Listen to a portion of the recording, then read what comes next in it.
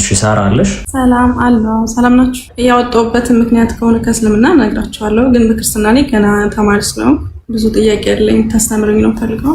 ጥያቄውን እንቀበልሻለን። በዛው ጥያቄሽን ሬዝ ያርግ። ያው የወጣሁበትን ምክንያት ከሆነ ያው በተለያየ በሐዲስም በቁርአንም ላይ ያው ሴት ልጅ የጀሃነም ነች የተለያዩ ነገሮች ይባላልና አንድም እሱ ነው እና በልጅነቴም በ7 ዓመት አካባቢ የሆነ ነገር ደርሶብኝ በሆነ አጋጣሚ ማውራት አልችልም ነበርና ክርስቲያን የሆነች አክስት ስላለች እሷ ጸበል ቦታ ወስዳኝ አውርቻለሁና 8 ቀን ምናምን እንደተጠመቅኩኝ አውርቼ ነበርና ያም አንድ ጥያቄ ነበረብኝ።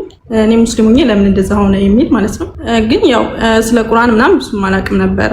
አሁን ነው ሶሻል ሚዲያ ላይ በተለያዩ ነገሮች ላይ ነው እንትን ያልኩትና ያው ስለ ቁርአን ምናምን አውቄ አይደለም፣ ግን ከሆነ ጊዜ በኋላ ከባድ ነው። የሆነ ጊዜ ፎይ የሆነ ሐዲስ አውጥቶ ነበርና እሱን ማለት በፊት በጣም ነበር የምጠላው።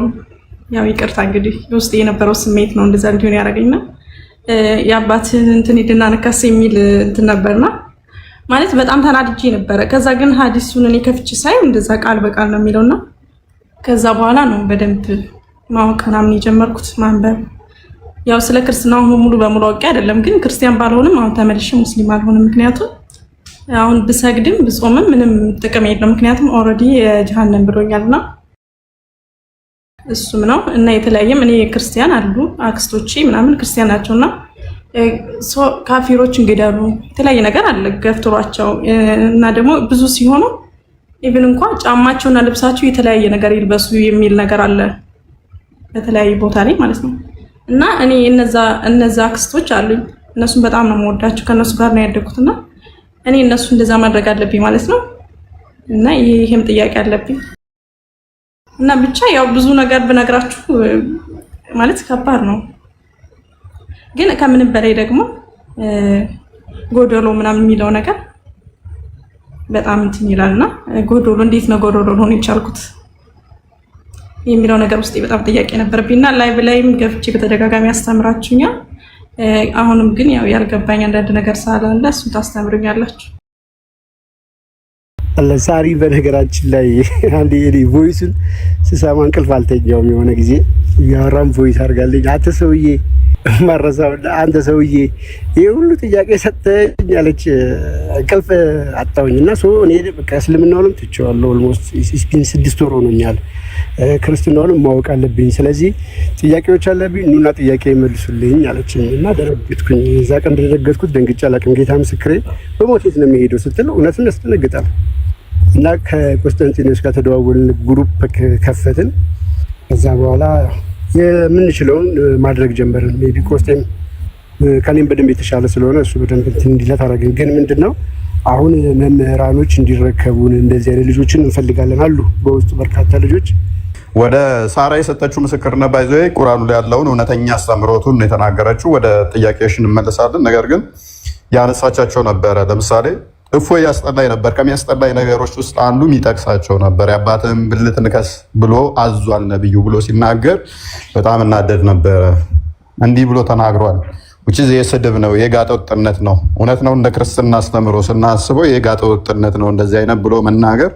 እንደዚህ ብሎ ማለት እንደዚህ ብሎ ያውም አንድ ከተከበረ ነው ያልኳችሁ ነብይ ተብሎ ከሚጠራ አካል እንደዚህ ብላችሁ ተሳደቡ ብሎ ተከታዮቹ ማስተማር በጣም ያሳፍር ነው።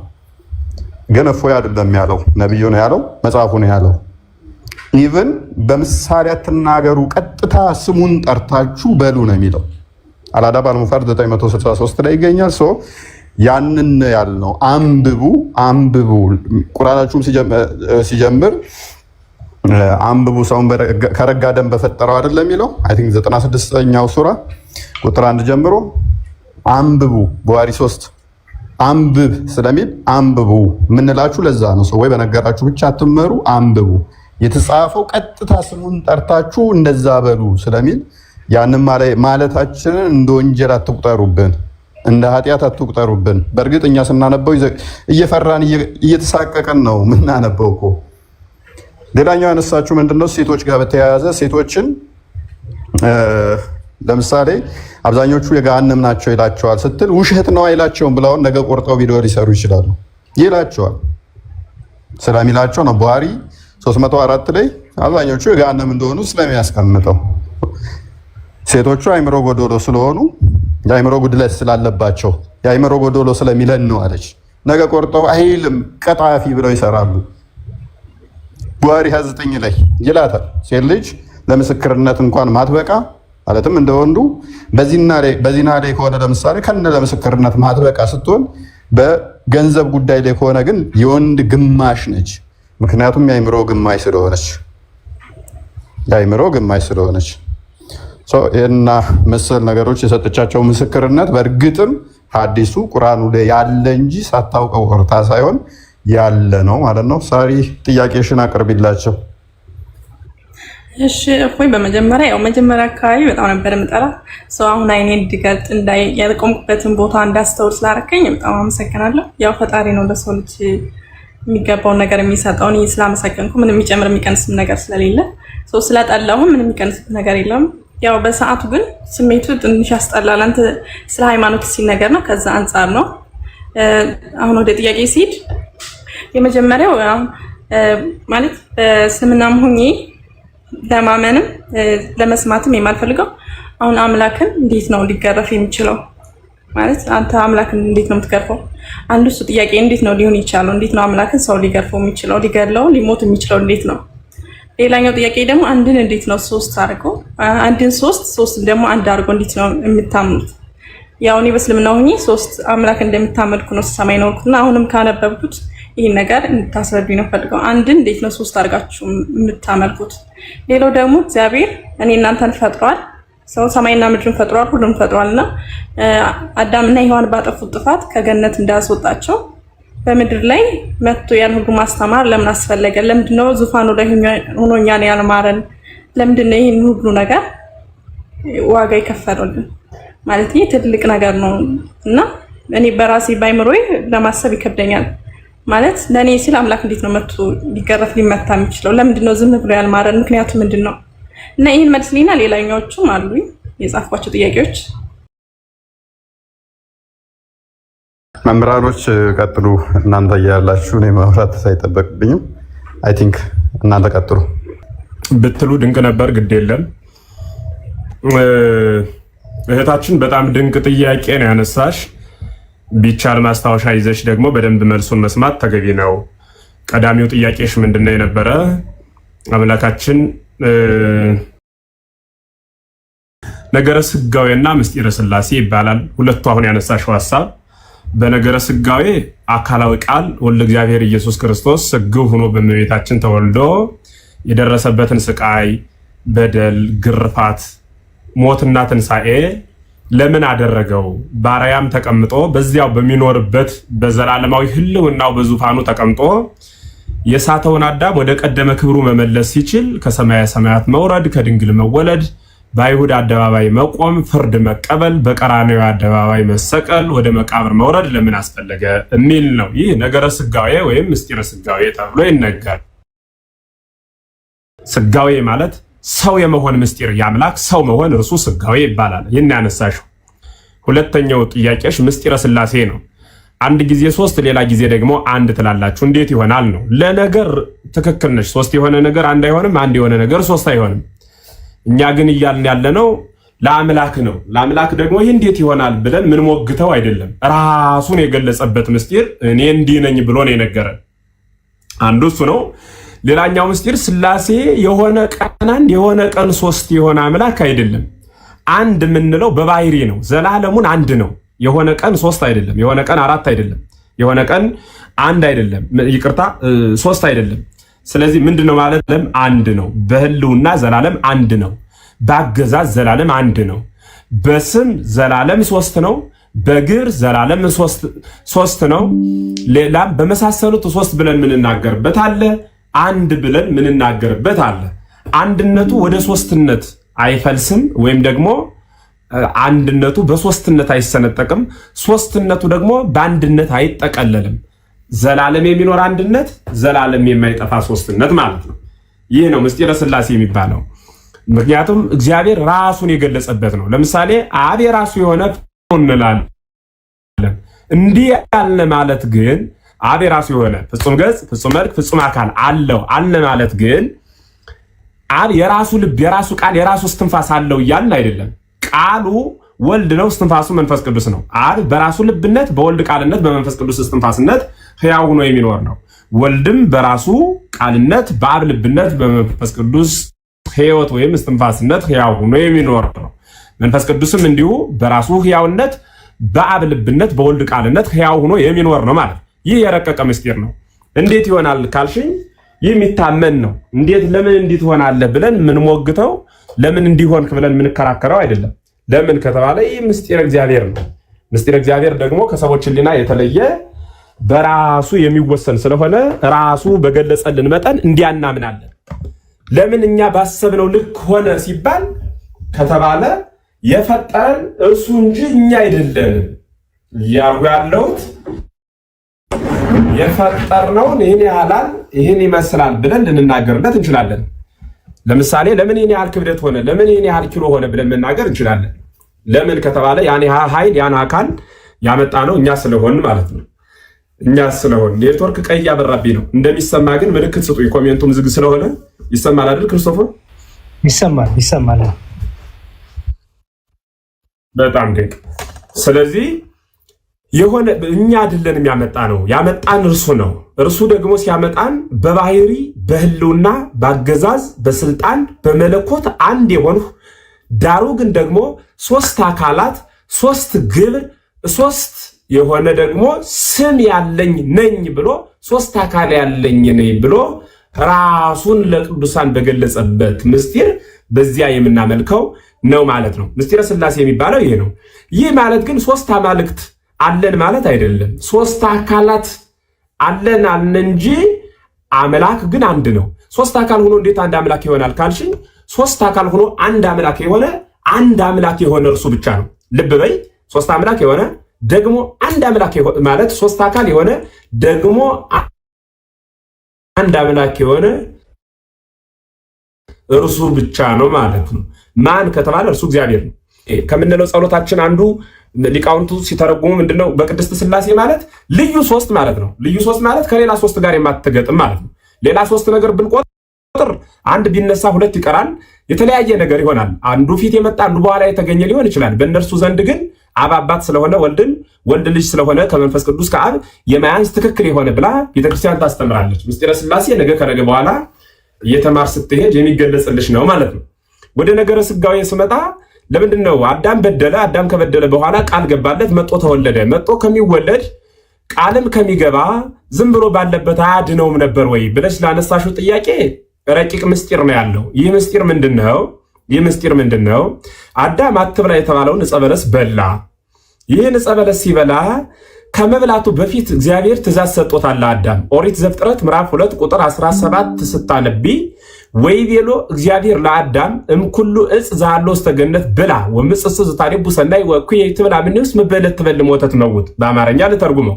እግዚአብሔርም አዳምን አለው በገነት ያለውን ሁሉ ብላ፣ ይችን ዕፅ ግን እንዳትበላ፣ ብትበላ የሞት ሞት ትሞታለህ ብሎ ነገረው። ልብ በሉ አትብላ፣ ብትበላ ደግሞ የሞት ሞት ትሞታለህ አለው። ማን ነው ባዩ? እግዚአብሔር። የሚባለው አካል ማን ነው? አዳም ነው።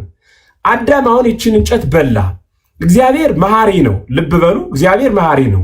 እንዳይምረው የሞት ሞት ትሞታለህ ብሎታል። እንዳይገለው መሐሪነቱ ሊቀር ነው። ልብ በሉ፣ እንዳይምረው ፍርዱ ሊታጠፍ ነው። እንዳይምረው ፍርዱ ሊታጠፍ ነው። ደግሞ እንዳይተወው ደግሞ የሞት ሞት ትሞታለህ ብሎታል። እግዚአብሔር መሐሪነቱም የማይቀርበት ፍርዱም የማይቀርበት ቀጭን ጎዳና አበጀ ማለት ራሱን ሰው አደረገና የአዳምን ሞት በራሱ ተሸከመና ነሳ ደዌነ ወጾረ ሕማመነ እንዲል ኢሳይያስ ደዌያችንን ያዘ ሕማማችንን ተሸከመ እንዲሉ ነቢያት የአዳምን ደዌ አድርጎ የአዳምን ፍርድ በራሱ ላይ ተሸከመ። ይህ ማለት እንደ መሐሪነቱ አዳምን ማረው፣ እንደ ፈራጅነቱ ፍርዱን በራሱ ላይ ተሸከመ። አምላክ ለምን ተደበደበ? ለምን ቆሰለ? ለምን በፍጡር እጅ ወደቀ ሲባል አዳምን የሞት ሞት ትሞታለህ ስላለው የአዳምን ሞት ለመሸከም በራሱ ላይ ራሱን ሰው አደረገ ማለት ነው። ቃል ስለገባ አይደለም፣ የሆነ ነገር ስለሆነ አይደለም። የሞት ሞት ትሞታለህ ስላለው የአዳምን ሞት ሞተለት። እንደ መሐሪነቱ ማረው፣ እንደ ፈራጅነቱ በራሱ ላይ ፈረደ። ግልጽ ነው አይደል እህቴ? እንደ ፈራጅነቱ የፈረደው በራሱ ላይ ነው። እንደ መሐሪነቱ የማረው ማንን ነው? አዳምን ነው ማለት ነው። ይህ ምስጢር የተራቀቀበት ነው። ነገረ ስጋዊ የሚባለው ያ ነው። የእግዚአብሔር ቸርነቱን የምናደንቅበት ፈጣሪ ሲሆን በፍጡር እጅ። እንዲሁም አበው ሲተረጉሙ እግዚአብሔር ዓለምን ከፈጠረበት ጥበቡ ይልቅ ሰው ሆኖ ያዳነበት ጥበቡ እጅጉን ይረቃል ይደንቅማል ይላሉ። ምን ማለት ነው? ዓለምን መፍጠር የፈጣሪ ስራ ነው። ዓለምን መመገብ፣ ዓለምን ማሳለፍ፣ ዓለምን ማኖር የፈጣሪ ስራ ነው። አይደንቅም? የአንበሳ ስራው መስበር፣ መግደል፣ መብላት ነው። በጎችን ሲያገኝ ይህ አንበሳ ስራ ነው። በግ ውስጥ ግን ገብቶ በጓ አንበሳውን እየመታችሁ ወይም ደግሞ እየወጋችሁ ሲያለቅስ ብናገኘው ግን እንደነቃለን። ምክንያቱም የእርሱ ኃይሉ መብላት መስበር ስለሆነ። አሁን የተደነቅነው ዓለምን በመፍጠሩ ሳይሆን መፍጠርማ ግብሩ ነው፣ መፍጠርማ ባህሪው ነው። የተደነቅነው በፈጠረው ፍጡር ውስጥ ውህድ ሆኖ መጥቶ ተገኝቶ የፍጡርን ስጋ ተሸክሞ ዓለምን ማንቀጥቀጥ ሰማያትን መክፈት የሚችለው አምላክ እርሱ ግን ተጠማሁ እያለ ኤፍራጥስና ግዮንን የፈጠረ አምላክ የተጠማበት ምስጢር የተራቀቀበት ይህ በደለ አዳምን የተሸከመበት ምስጢር ነው ማለት ነው። ስለዚህ ሐሳቤ ግልጽ ከሆነ ለምንድነው ግን ሰው የሆነው? ለምንድነው ግን የተደበደበው? ለምንድነው ግን የወደቀው የተነሳው? ለምንድነው ግን መከራ የተቀበለው ከተባለ ይህ ሁሉ ምስጢር የተከናወነው በአዳም ላይ የፈረደውን ፍርድ በራሱ ለመሸከም ነው። ባይሸከመውስ ምን ይመጣ ነበር ቢሉ በአዳም በራሱ ላይ ይፈርድበታል። በአዳም ፈረደበት ማለት ደግሞ መሐሪነቱ ይቀራል ማለት ነው። ቢምረውስ ከተባለ ደግሞ ፍርዱ ይታጠፋል። ስለዚህ እግዚአብሔር ፍርዱ እንዳይቀርበት በራሱ ላይ ፈረደ፣ መሐሪነቱ እንዳይቀርበት በአዳም ላይ ምሕረት አወረደ። ይህ ምስጢር የተፈጸመበት ነገረ ስጋዊና ምስጢረ ሥላሴ ይባላል። በአጭር ሲገለጽ ቤተክርስቲያን የነገረችን፣ ቤተክርስቲያን ያስተማረችን፣ ከአበው ያገኘነው፣ ከመጻሕፍት የተረከብነው ይህ ነው። በደንብ ሲብራራ ደግሞ ውስጣዊ ሐሳብ ስላለው በአንቺ ሐሳቤ ከብዶሽ ከሆነ አቅለው በሐሳብሽ ልክ ደግሞ ወንድሞች ይነግሩሻል። ሰላም ክርስቶስ ሁላችን እንረዳው ዘንድ ይርዳን። እግዚአብሔር ይስጥልኝ። ቃለ ሕይወት ያሰማልን። መምህር የነ ቅዱስ ጳውሎስን የአባቶቻችን የመምህራኑ ጸጋ ያድርልን። ሳራ የገባሽ እና ያልገባሽ ካለ ጠይቂን። የገባሽን ይሄ ገብቶኛል፣ ደግሞ ያልገባሽ ካለ ደግሞ ይሄን ተጨማሪ ማብራሪያ እፈልጋለሁ። ኦኬ፣ አሁን በክርስቶስ ለምን መጥቶ በምድር ለምን ዋጋ ከፈለ በሚለው በመጀመሪያ አዳም ጥፋት ሲያጠፋ እግዚአብሔር ቃል ስለገባለት እና ቃሉ የአምላክ ቃል ስለማይታጠፍ ያን ቃል ግዴታ ለመፈጸም በምድር መጥቶ ያንን መፈጸም ነበረበት በሚለው ነው የተረዳሁት። ሰው ልክ ካልሆንኩኝ ልክ አለመሆንሽ ሳይሆን አንቺ ጥያቄ የፈጠረብሽ ነገር በዚህ ዙሪያ አሁን እዚህ ጋር የነበረው ለምን ጌታ ከሰማኑ ማዳን ሲችል ለምን ሕማምን መከራ መቀበል አስፈለገው ለሚለው የመለሱልሽ መልስ አንቺ ያ መልስ በቂ ሆኖልሻል ወይስ ተጨማሪ ማብራሪያ ትፈልጊያለሽ? አሁን ባልኩት ሁኔታ የተረዳሁት ልክ ከሆነ ኦኬ፣ እሺ፣ ጥሩ። ተጨማሪ ነገሮችም ካሉ በኋላ እንጨምርልሻለን። ሁለተኛው ጥያቄሽ የነበረው ደግሞ ምንድነው? የአንድነትና ሶስትነት፣ ስለ ሥላሴ ሶስትነት በምንድነው አንድነት በምንድነው የሚለውንም አብራርተውልሻል መምህራችንና እዛ ላይ ሲያለሽ ማረዳ እንዴት ነው? ጥያቄ የፈጠረብሽ ነገር አለ ወይስ? እሱ ላይ ማለት ምንም አልተረዳው ማለት ይቻላል። አሁን ለምሳሌ አምላክ አንድ ሆኖ እያለ ሶስት ሆነ፣ ከዛ ደግሞ መልሶ አንድ ሆነ፣ ከዛ ደግሞ ቃሉ ነው የእግዚአብሔር ቃል ነው ኢየሱስ የእግዚአብሔር ቃል ነው ይላል አይደል? እንዴት ነው የእግዚአብሔር ቃል ከዛ ሰው ሆነ፣ ከዛ ደግሞ አሁን ምንድን ነበር ያልከኝ? ሶስት ሆነ ከዛ አንድ ሆነ። እሱ አልገባኝም። እንደገና ደግሞ በመጽሐፉ ላይ እኔ አንድም ሶስትም ነኝ ብለዋል። ማለት አሁን ኢየሱስ በምድር ሲያስተምር ለ12ቱ ሐዋርያት እኔ አንድም ነኝ ሶስትም ነኝ ብለዋል። ልክ አሁን እንደተረዳሁት እንዳስረዳችሁ መጽሐፉ ላይ ያለ ማለት በዛ አንግል ነው እንደዚህ እየተባለ ያለው እና መሆር ደግሞ መጽሐፉ ላይ ብታሳዩኝ እና ብረዳው በጣም ደስ ይለኛል። ኦኬ፣ እሺ። ሌላው ይቅርታ ስልክ እየገባብኝ ነው። እሺ፣ የመጀመሪያው ማወቅ ያለብሽ ነገር በደንብ ስሚኝ ሳራ። አምላክ በእኛ ጭንቅላት ምሳል በእኛ ጭንቅላት ይሄ አምላክ እንዲህ ቢያደርግ እንዴት ይሆናል፣ እንዲህ ቢሆን እንዴት ይሆናል የሚባል አይደለም። አምላክ በራሱ አምላክነት ባህሪው አንደኛው ምንድነው? ከአይምሮ ከጭንቅላት በላይ ነው። ለጭንቅላች የተመቸሽ አምላክ ካለ እርሱ ጣዖት ነው የሚሆነው። ኦኬ፣ አምላክነት ያሰኘው አምላክ ራሱ ያሰኘው አንደኛው ባህሪው ምንድነው? ከአይምሮ በላይ ሆኖ አንቺ ግን አማኟ በእምነት የምትረጁ ነው። በእምነት የምትቀበዩ ነው። ኦኬ ራሱን ይገልጣል እሱ በወደደው። አማኙ ያን አምላክ በገለጠበት ራሱን ይረዳል። አምላክ ራሱን ሲገልጥ አማኙ ግን አይ አገላለጥ ለጭንቅላቴ አልተመቸኝም፣ አገላለጥ ግን ትንሽ ለጭንቅላቴ ከብዶኛል ካለ ያ አማኙ የሚፈልገው ቀላል አምላክ ጣዖታት ነው የሚፈልገው ማለት ነው። አምላክ ደግሞ ከዛ ባህሪ የወጣ ነው። ስለዚህ እሱን በደንብ ልታስተው ያስፈልጋል። ኦኬ ሰው እኛ የምናወራው እግዚአብሔር ስለ ክርስቲያኖች በመገለጡ እግዚአብሔር ራሱ እንዴት ገለጠ ትልቁ ይሄ ነው። በቃ ሶስትነት አንድነት ስንል አሁን አንቺ እንደለመድሽው ወይ እንደለመር ነው በተለምዶ 1 2 3 ከዛ ደግሞ አንድ ሲታሰብ በአይምሮ 1 እና 3 እኮ ምናምን ታያለሽ አይደል? ይሄ አይምሮ ነው የሚለው። ታዲያ 1 እና 3 ሲባል ግን እንደዚህ እንደምንቆጥረው ዓለማዊ ቁጥር እንደምንቆጥረውና 1 3 እያልን አንድነትና ሶስትነት ስንል ምን ማለት ነው ሲባል ሶስትነቱ እንዴት ነው እግዚአብሔር የገለጠው? አንድነቱ እንዴት ነው የገለጠው? እኛ በሚቀለን መልኩ ሰዎች በሚረዱት መልኩ ስናብራራው እሱን ላሰማሻው። የመጀመሪያው እግዚአብሔር ሶስት ነው ስንል እግዚአብሔር ሶስት መለኮት ነው እያልን አይደለም። እግዚአብሔር ሶስት ነው ስል ራሱን በምንገለጠልን በስም ሶስት እንደሆነ ገለጠልን። ማን ብሎ? አብ፣ ወልድ፣ መንፈስ ቅዱስ። እግዚአብሔር አብ፣ እግዚአብሔር ወልድ፣ እግዚአብሔር መንፈስ ቅዱስ።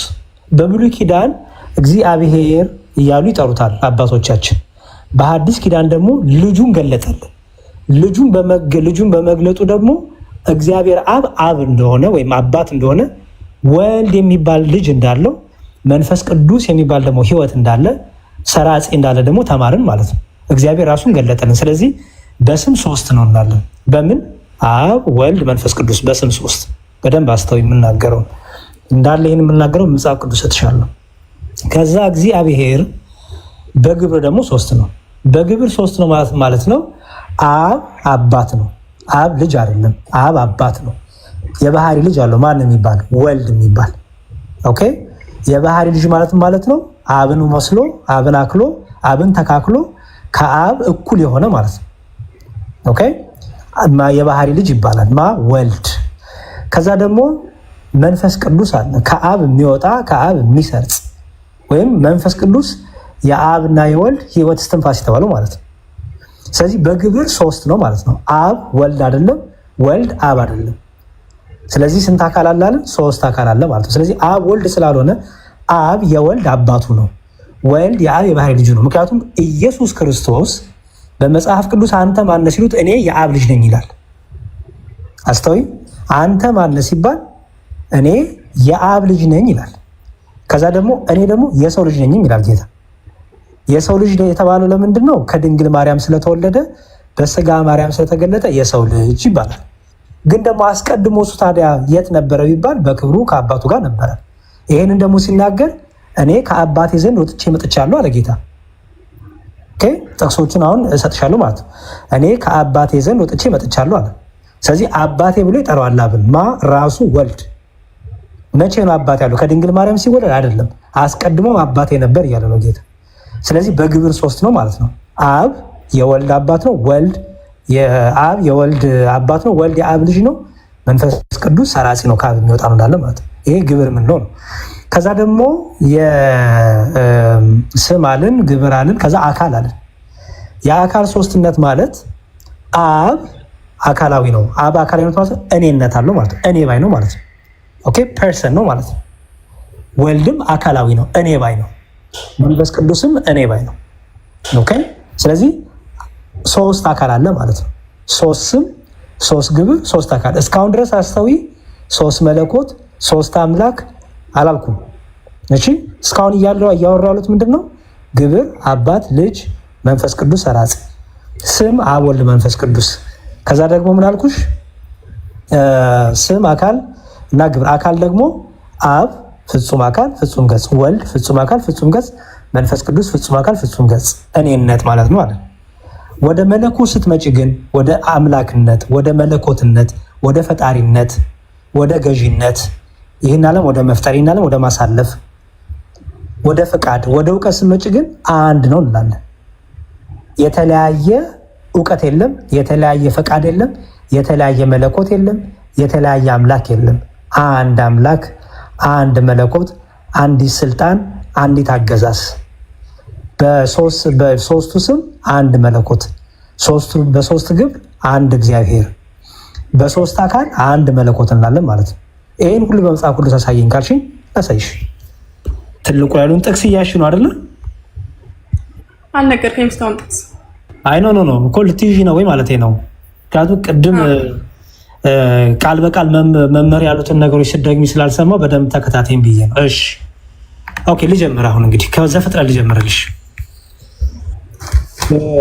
ለምን እስልምናን ተውኩት የሚለውን አንዴ ርዕሱን ወደ ጎን አድርግልኝ። ዲቫ ርዕሱን ጠጋ አድርግላቸው ዲያቆን። ካልተመቾት ዲያቆን እኔ እያወጣሁለት እርሱ መናገር ይችላል። እሺ እሱም ጥሩ ሀሳብ። እንዲሁም በስልኬን ወደ ደረታች ከማድረግ እሺ፣ ቆንስንትሮስ ትልቁ ላይ ሆነ አንዴ ትልቁ ላይ አርጎኛ ጀማ በእጄ ስለሆነ ጥሩ፣ እንዲሁም ጥሩ ሀሳብ። እሺ የመጀመሪያው ዘፍጥረትን ነው ማሳየሽ። ኦኬ አሁን በደንብ አስተዊ። እግዚአብሔር ጥበብ ማስተዋል እኔም ላንቺም ይግለጥልን። ምንድነው የሚለው? ኮመንት ላይ ሀሳብሽ እንዳይበተን ቃሉ ላይ ብቻ ሁኚ። እሺ በመጀመሪያ እግዚአብሔር ሰማይና ምድርን ፈጠረ ይላል። በመጀመሪያ ማን ሰማይና ምድርን ፈጠረ? እግዚአብሔር። ምድርን ባዶ ነበረች፣ አንዳችም አልነበረባትም፣ ጨለማን በጥልቁ ላይ ነበር፣ የእግዚአብሔር መንፈስ በውሃ ላይ ሰፎ ነበር ይላል። ምን አገኘን? እግዚአብሔር ሰማይና ምድርን ፈጠረ። ቀጥሎ ደግሞ የእግዚአብሔር መንፈስ ደግሞ ይላል። ያሹ እዚህ ጋር የእግዚአብሔር መንፈስ አለ፣ ደግሞ እግዚአብሔር ይላል፣ የእግዚአብሔር መንፈስ ይላል ደግሞ። ኦኬ ቅድም ቤሽ ነበረ መንፈስ ቅዱስ ቤሽ አልነበረ? እግዚአብሔር መንፈስ ቅዱስ፣ የእግዚአብሔር መንፈስ በውሃ ላይ ሰፎ ነበር ይላል። ኦኬ ከዛ ደግሞ እግዚአብሔርም ደግሞ ይላል ብርሃን ይሁን አለ፣ ብርሃንም ሆነ ይላል። እሺ አሁን ይሄ ሁሉ ገና ፍጥረት እየተፈጠረ ነው። ፈጣሪ እግዚአብሔር ፍጥረትን እየፈጠረ ነው። አሁን እዚህ ውስጥ እግዚአብሔር ይሁን ብሎ ሲፈጥር ታያለሽ፣ በቃሉ ሲፈጥር አይደል? አሁን በቃሉ ሲባል ደግሞ ምን ማለት ነው የሚለው ደግሞ በኋላ ስለመጣበት በደንብ አስምሪባት ይችላል። በቃሉ ሲፈጥር ታያለሽ። መንፈስ ቅዱስም ደግሞ በዚህ መፍጠር ውስጥ ደግሞ አለ አይሾርም። ምክንያቱም የእግዚአብሔር መንፈስ ይላል። ኦኬ በደንብ አስተያየ እግዚአብሔር መንፈስ። ኦኬ አሁን እግዚአብሔር አለ፣ የእግዚአብሔር መንፈስ አለ፣ ደግሞ የእግዚአብሔር ቃል አለ አይደል? ሁሉን ብርሃን ይሁን እያለ እየፈጠረ ያለው ማለት ያው ሁን የሚልበት ቃል አለው ማለት ነው። አይ ቃል እንደ ቃል ሲባል ምን እንደሆነ አላሳይሽ ነው ገና። ኦኬ እግዚአብሔር አለ፣ የእግዚአብሔር መንፈስ አለ፣ ከዛ ደግሞ የእግዚአብሔር ቃል አለ ማለት ነው። አዎ ኦኬ የእግዚአብሔር ቃል ንግግር አይደለም፣ ፈጣሪ ነው፣ አድራጊ ነው። ምክንያቱም በቃሉ አይደለም የሚፈጥረው። እዚህ ጋር አሁን ብርሃን ሁን ሲለው ሆነ ማለት አሁን ሆነ የሆነበት ቃሉ ማለት ነው። ቃሉ ፈጣሪ ነው። ኦኬ የእግዚአብሔር አይደለም፣ ምክንያቱም በቃሉ አይደለም የፈጠረው። ስለዚህ የእግዚአብሔር ቃል ምንድነው ማለት ነው? ፈጣሪ ነው፣ ሰሪ ነው አይደል? በኋላ ይሄ ቃል ምን እንደሆነ ላሳይ ስለፈለኩኝ ነው። ኦኬ የእግዚአብሔር መንፈስን አገኘን፣ የእግዚአብሔር ቃልን አገኘን፣ እግዚአብሔርን አገኘን አይደል? በጣም መልካም። እሺ እዛው ዝቅ ብሎ ሚላን መሰለሽ እግዚአብሔርም አለ ይላል። እግዚአብሔር ደግሞ አለ ምን አለ? ሰውን በመልካችን እንደ ምሳሌያችን እንፍጠር አለ። አስተዊ ተናጋሪው ማን ነው? እግዚአብሔር አይደል? ግን ሲናገር ምን አለ? ሰውን በመልኬ እንደ ምሳሌ አለ። እንደ ምሳሌያችን በመልካችን እና እንደ ምሳሌያችን። ከዛ ደግሞ ይላል እንፍጠር አይደል? እንፍጠር ሲል አሁን አንድ አይደለም ጎበዝ። ሰውን በመልካችን እንደ ምሳሌያችን። አሁን በእስልምና አላህ በብዙ ሲያወራ በብዛት ሲያወራ ራሱን በብዙ ሲያወራ ምን ነበር የተማርሽው? ራሱን እያላቀ እያገዘፈ አይደል? በክርስትናው እንደዛ ብሎ ነገር የለም። እግዚአብሔር ራሱን ማላቅ ማግዘፍ አይጠበቅበትም። እኛ እናገነዋለን፣ እኛ እናገዝፈዋለን እንጂ እግዚአብሔር እኛ እያለ እንደ ምድራዊ ነገስታት እኛ እያለ ራሱን ማላቅ ማግዘፍ አይጠበቅበትም። እግዚአብሔር እኛ እያለ ሲናገር ሶስትነቱ እየተናገረ ነው። መንፈስ ቅዱስን እየተናገረ ነው። አብን እየተናገረ ነው። አካላዊ ቃልን በስጋ ከመገለጡ በፊት ማለት ነው። ኋላም ከስጋ ተገለጠ በኋላ ደግሞ ወልድን እየተናገረ ነው እንጂ ይሄ ለሰክሽያ ወይ ምንድን ነው ራስን ለማላቅ ራስን ለማግነን አይደለም። ገባሽ? እኛ ፍጥረቱን እናገነዋለን እንጂ እግዚአብሔር ራሱን ለማግነን ከማን ጋር ይወዳደራል? እግዚአብሔር ይወዳደራል? ራስን እስቲ ስታስቢ አምላክ ራሱን ለማግነን ራሱን ለማላቅ መጣጣር አለበት እንዴ? ከማን ጋር ይወዳደራል? አምላክ ከማንም ጋር ይወዳደር ማለት ስለዚህ በእኛ እግዚአብሔር እኛ እኔ እያለ ሲያወራ አንድነቱን እኛ እያለ ሲያወራ ደግሞ ሶስትነቱን። አሁን ለዚህ ነው ቅድም ብዬሻለሁ የእግዚአብሔርን ነገር መገለጡን ነው የምናምነው እኛ። ገባሽ? ጭንቅላቴ የሚመቸኝን አይደለም ማምነው። ጭንቅላቴ የሚመቸኝማ ቀላል አምላክ ነው። በጭንቅላቴ የሚደርስበትማ ቀላል አምላክ ነው። ያ ደግሞ ጣዖት ነው። ለጭንቅላቴ የሚመቸኝ አምላክ ከፈለኩ ክርስትናው የሚጠይቅሽ ከአንቺ ምንድን ነው? እግዚአብሔር እንዴት ተገለጠ? ከዛ ነው የምንጀምረው። እኔ እንዴት ይቅለለኝ ሳይሆን እግዚአብሔር ራሱ እንዴት ገለጠ ነው። ስለዚህ እግዚአብሔርም አለ ምን አለ? ሰውን እግዚአብሔርም አለ ሲል አንድነቱ ይነግርሻል አይደል? እግዚአብሔሮችም አሉ አላለም ማለት እግዚአብሔርም አለ ምንም በል አይ መልአክ አይደለም ፍጡር አይደለም እንደነሱ። ስለዚህ ፍጡራን አይደሉም ማለት እዚህ ጋር እንፍጠር ተብለው ፍጡራን ይጠራሉ። አይ ታዲያ እንፍጠር ሲል እግዚአብሔር ምን ማለት ነው ስትይ አሁን መልስ ላሰጠሽ ነው። እንፍጠር ሲል ከማን ነው እንፍጠር እያለ ያለው ስትይ መዝሙረ ዳዊት ላይ ይሄንን ግልጽ አድርጎ ያስቀምጥልሻል። መዝሙረ ዳዊት መዝሙር 33 ላይ እንዲህ ይላል። መዝሙር 33 ቁጥር 6 አሁን ቀላል ነው። አንቺ አይስተምርሽኛለሽ በደንብ በእግዚአብሔር ቃል ሰማያት ጸኑ፣ በእግዚአብሔር ቃል ሰማያት ጸኑ። በእግዚአብሔር ቃል ሰማያት ጸኑ ማለት ተፈጠሩ አይደለም ማለት ነው። ጸኑ ማለት ተፈጠሩ ማለት ነው፣ ተሰሩ ማለት ነው። በእግዚአብሔር ቃል ሰማያት ጸኑ ሰራዊቶቻቸው ሁሉ፣ ሰራዊቶቻቸው ማለት የሚኖሩት ማለት ነው። ኦኬ ሰራዊቶቻቸው ሁሉ በአፍ ውስጥ ትንፋስ ይላል። እዚህ ጋር አሁን ፈጣሪ እግዚአብሔር ፈጣሪ ቃሉ ህይወት ሰጪ ደግሞ የአፍ ውስጥ ትንፋስ ይላል አይደል? እስትንፋስ ማለት መንፈስ ቅዱስ ነው። እሱን ልመጣልሽ ጎበዝ። አሁን እዚህ ጋር እንፍጠር ሲል ማን እየሆነ እንደሆነ ገብቶሻል። እስትንፋስ ብሎ የሚጠራው ማለት ነው መንፈስ ቅዱስን። ቃል የሚለው ደግሞ ወልድ እንደሆነ አሳይሻለሁ። ምክንያቱም ይህ ዝም ብሎ ተራ ንግግር አይደለም አይደል? ይሄ ንግግር ቢሆን ኖሮማ ንግግር የሚሰራ ንግግር የሚፈጥር እንዴት ይሆናል አይደል? የእግዚአብሔር የራሱ ቃሉ ደግሞ የራሱ ቃሉ ደግሞ ምንድነው? ፈጣሪ ነው፣ አድራጊ ነው አይደል? ምክንያቱም ያው በቃሉ ተፈጠሩ አይደለም የሚለው ዓለማት ሁሉ በቃሉ ተፈጠሩ አይደል?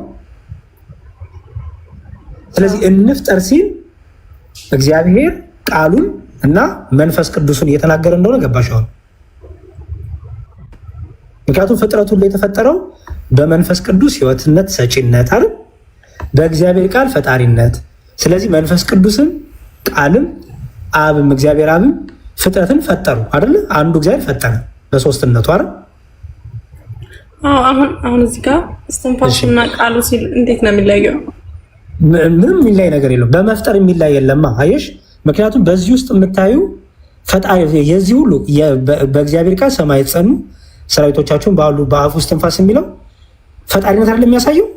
ምክንያቱም አንዱ ከአንዱ አይለይማ። እስትንፋስን መንፈስ ቅዱስ አይደል?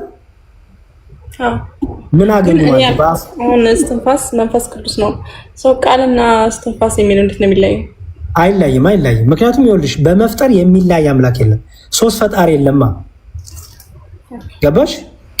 በእግዚአብሔር ቃል ፍጥረቱ ተፈጠረ። በመንፈስ ቅዱስ ደግሞ እስትንፋስነት ፍጥረት ሁሉ ምን አገኘ?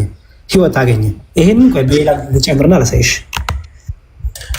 መጽሐፈ ኢዮብ ላይ ደግሞ ይሄንን በደንብ አድርጎ እንደዚህ አብራራሻል። መጽሐፈ ኢዮብ ምዕራፍ 33 ላይ በኋላ በምሳሌ አስረዳሻለሁ። እሺ ኢዮብ ምን እንደሚል የእግዚአብሔር መንፈስ ፈጠረኝ አለ። አሁን ደግሞ የእግዚአብሔር መንፈስ ምን አለኝ ይላል? ሁሉንም የሚችል የአምላክ እስትንፋስ ህይወትን ሰጠኝ ይላል። ሁሉንም የሚችል የአምላክ እስትንፋስ ምን ሰጠኝ? ህይወት። በጣም ጥሩ። እግዚአብሔር እዚህ ጋር ደግሞ ፈጣሪ ማን ተባለ? ያው መንፈስ ቅዱስ ለማለት ነው። መንፈስ ቅዱስ አይሹ። ምክንያቱም ቅድም ብዬሻለሁ በመፍጠር አብ ወልድ መንፈስ ቅዱስ አንድ አላልኩሽም? ሰው መንፈስ ቅዱስ ማለት የእግዚአብሔር መንፈሱ ነው አይደል? ራሱ መንፈስ ቅዱስ ማለት እግዚአብሔር መንፈስ ቅዱስ ነው ሲባል ራሱ መንፈስ ቅዱስ ህይወት የሚሰጥ ቅዱስ የእግዚአብሔር መንፈስ የእግዚአብሔር እስትንፋስም ይባላል። ገባሽ? ለምሳሌ በቀላል ምሳሌ አመጣልሻለሁ። ቃሎቹን አሳይሽ ብዬ ነው። አሁን የእግዚአብሔር መንፈስ ፈጠረኝ። ማነው እዚህ ጋር ፈጣሪ የተባለው? መንፈስ ቅዱስ አይደል? አዎ የአምላክ እስትንፋስ የተባለው ማን ነው? ራሱ መንፈስ ቅዱስ አይደል? አዎ በጣም ጥሩ። ቅድም ማን ፈጣሪ ተባለ? ቃል አይደል? በእግዚአብሔር ቃል ተፈጠሩ አይደል የሚለው? አዎ በእግዚአብሔር ቃል ተፈጠሩ። ሰማይ ጸማረ በእግዚአብሔር መንፈስ በዚህ ጋር ነው መንፈስ ቅዱስ። ስለዚህ ስንት ፈጣሪ አለ ማለት ነው? አንድ ፈጣሪ አይደል? ምክንያቱም መንፈስ ቅዱስ የሚሰራው ማን ይሰራል ማለት ነው? ቃልም ይሰራል። እግዚአብሔር ቃል ይሰራል ማለት አይደል? የእግዚአብሔር ቃል የእግዚአብሔር ወልድም እግዚአብሔር አብም እግዚአብሔር መንፈስ ቅዱስም ፈጣሪ ነው ማለት ነው አይደል? አዎ ዙሮ ሁሉም ከእግዚአብሔር የወጡ ናቸው ነው። አንድ መንፈስ በቃ አንድ ይቅርታ አንድ አምላክ ያለው በመፍጠር አንድ ፈጣሪ ነው ያለው። አሁን ደግሞ ጌታ ራሱ የተናገረውን ደግሞ ላሳይሽ። ኦኬ ወደ አሁን ይሄ ያሳየሽ በጣም ጥቂት የሆኑ ከብሉይ ኪዳን ያሳየሽ። ወደ አዲስ ኪዳን ልግባ። ብሉይ ኪዳንና አዲስ ኪዳን ለይተሻል አይደል? ለይተሻል አይደል? እሺ ብሉይ ኪዳንና አዲስ ኪዳን ምንድን ነው ልዩነቱ? አዲስ ኪዳን ማለት ኢየሱስ ክርስቶስ ከመጣ በኋላ የጻፉት አይደል? ብሉይ ኪዳን ደግሞ ማለት ነቢያቶች እንዴት ምናምን የተናገሩት። ጥሩ እንደሱም ነው። ግን በነቢያቱ የብሉይ ኪዳን ማለት ሕገ ኦሪት የነበረበት እግዚአብሔር በነቢያቱ ይናገርበት የነበረው ነው። ኦኬ ሐዲስ ኪዳን ግን ራሱ እግዚአብሔር በልጁ የተናገረበት ነው። ኦኬ ይሄንን ደግሞ አዲስ ኪዳን ማለት አራቱ ወንጌሎች አይደል? አዲስ ኪዳን ያሰኘው የክርስቶስ መምጣት ነው። ጌታ ከመጣ በኋላ ሐዋርያቱን መርቷል። አዲስ ኪዳን ያሰኘው ጌታ በመምጣቱና አዲስ ኪዳን ስለተደረገ ነው። እሱን በሌላ ቀን ኪዳን ሁለቱ ኪዳናት ብሉይ ኪዳንና አዲስ ኪዳን ሲባል ምን ማለት ነው የሚለውን ደግሞ አሳይሻለሁ። እሺ ኦኬ እሺ አሁን ደግሞ ምን ላሳይሽ? ሁለት ክፍሎች አሳይሽ። በደንብ አስተውይሽ። የዮሐንስ ወንጌል ምዕራፍ 1 ላይ እንዲህ ይላል፣ በመጀመሪያ ቃል ነበር ይላል። በመጀመሪያው ቃል ነበር ሲባል ይሄ መጀመሪያ የተባለ የትኛው ነው? መጀመሪያ ማለት መጀመሪያ ነው። ቃል ማለት መጀመሪያ ነበር ነው። በመጀመሪያው ሲል ቅድም ኦሪት ዘፍጥረት ላይ በመጀመሪያ እግዚአብሔር ሰማይና ምድርን ፈጠረ ሲል ምን ማለት ይመስልሻል? አሁን እዛ እግዚአብሔር የፈጠረበት ቃሉ ማለት ነው። ኖ እሱን አለ የጠየኩሽ ሳርዬ። በመጀመሪያ የምትሆነ ገና እዚህ በመጀመሪያ ጋር ያለሁት በመጀመሪያ ማለት ትርጉሙ ነው ጥቂት። አዎ ጎበዝ፣ እሱን የጠየኩሽ። ለምሳሌ በመጀመሪያ እግዚአብሔር ሰማይና ምድርን ፈጠረ ስል ምን ያልኩኝ ነው? በመጀመሪያ ማለት ምንም ሳይኖር በፊት ማለት ነው። በጣም ፍጥረት ከመፈጠሩ በፊት ማለት ነው አይደል? አዎ ፍጥረት ከመፈጠሩ በፊት ካልኩኝ ፈጣሪ አለ ማለት ነው አይደል? ፍጥረት ከመፈጠሩ በፊት ካልኩኝ ፈጣሪ አለ አይደል? ምክንያቱም ፍጥረትን ያስገኘ ፈጣሪ አለ። ምንም ሳይኖር ፈጣሪ አለ፣ ከዛ ፍጥረት። ስለዚህ በመጀመሪያ ሲባል ፍጥረት ከመፈጠሩ በፊት ማለት ነው አይደል? ምንም ሳይኖር በፊት መጀመሪያ። አዎ ስለዚህ በመጀመሪያ እግዚአብሔር ሰማይና ምድር ፈጠረ ሲባል ማለት ነው እግዚአብሔር አለ፣ ከዛ መፍጠር ምን አደረገ? ጀመረ ማለት ነው አይደል? እግዚአብሔር መጀመሪያ ነበረ፣ ከዛ ፈጠረ። ጎበዝ፣ በጣም ጥሩ። አሁን እዚህ ጋር ነኝና በመጀመሪያ ቃል ነበር ማለት ነው። ከሁሉም መጀመሪያ ቃል ነበር ማለት ነው። መጀመሪያ ምንም ሳይኖር ንግግር ነበር ማለት ነው። መጀመሪያ ነበረ፣ መጀመሪያ ነበረ። አሁን ላይ ያለ ነገር አይደለም ማለት አሁን ሳይሆን መጀመሪያ ነበረ። አንድ ነገር ነበር የምትይው እኔነት ያለው ነገር ነበር ያለ፣ እኔነት የሌለው ነገር ነበር ይባላል። እኔ ማለት የማይችል አካል ነበር ይባላል። ኧረ አይባልም። ንግግር እኔ ማለት ይችላል። ንግግር ብቻ። አሁን ለምሳሌ እኔና አንቺ የምናወራው ንግግር አለ አይደል? ከኔና ካንቺ በፊት ነበር? አይ አይደለም፣ ከኔ ስለሆነ የሚወጣው ከኔ በፊት የለም። በጣም ጥሩ። ታዲያ እዚህ ጋር በመጀመሪያ ቃል ነበር ከተባለ ቃል ነበር ሲል ነበር የሚለው ምን ያሳይሻል? እኔነትን ያሳይም ያሳያል። ቃል ነበረ ማለት ቃል ነበረ መጀመሪያ ነበር።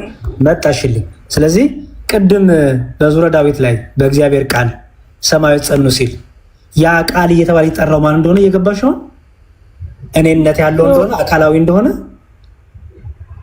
ኦኬ አሁን እግዚአብሔር ቃል እዚህ ጋር አዎ ክርስቶስ ወልድ የተፈጠረበት ቃል ነው ይሄ። ይኸውልሽ ቆይ በመጀመሪያ ቃል ነበር ነው የሚለው አይደል? ገና ዝቅዬ ገና ነብልሻለሁ። ነበር የምትለዋን እንድትፈቻልኝ ፈልጌ ነው። ነበር ሲባል ንግግር ነበር ማለት ነው። ነበረ መጀመሪያ ነበረ ማለት ነው። እኮ ለንግግር ነበረ ታያለሽ። ንግግር ብቻ ከሆነ ነበር ይባላል። ለንግግር እንደዛ አይደለም። ንግግር እንዴት ነበረ? መጀመሪያ ነበር እኔነት አለ ማለት አይደል? እኔ ማለት ይችላል ማለት አይደል?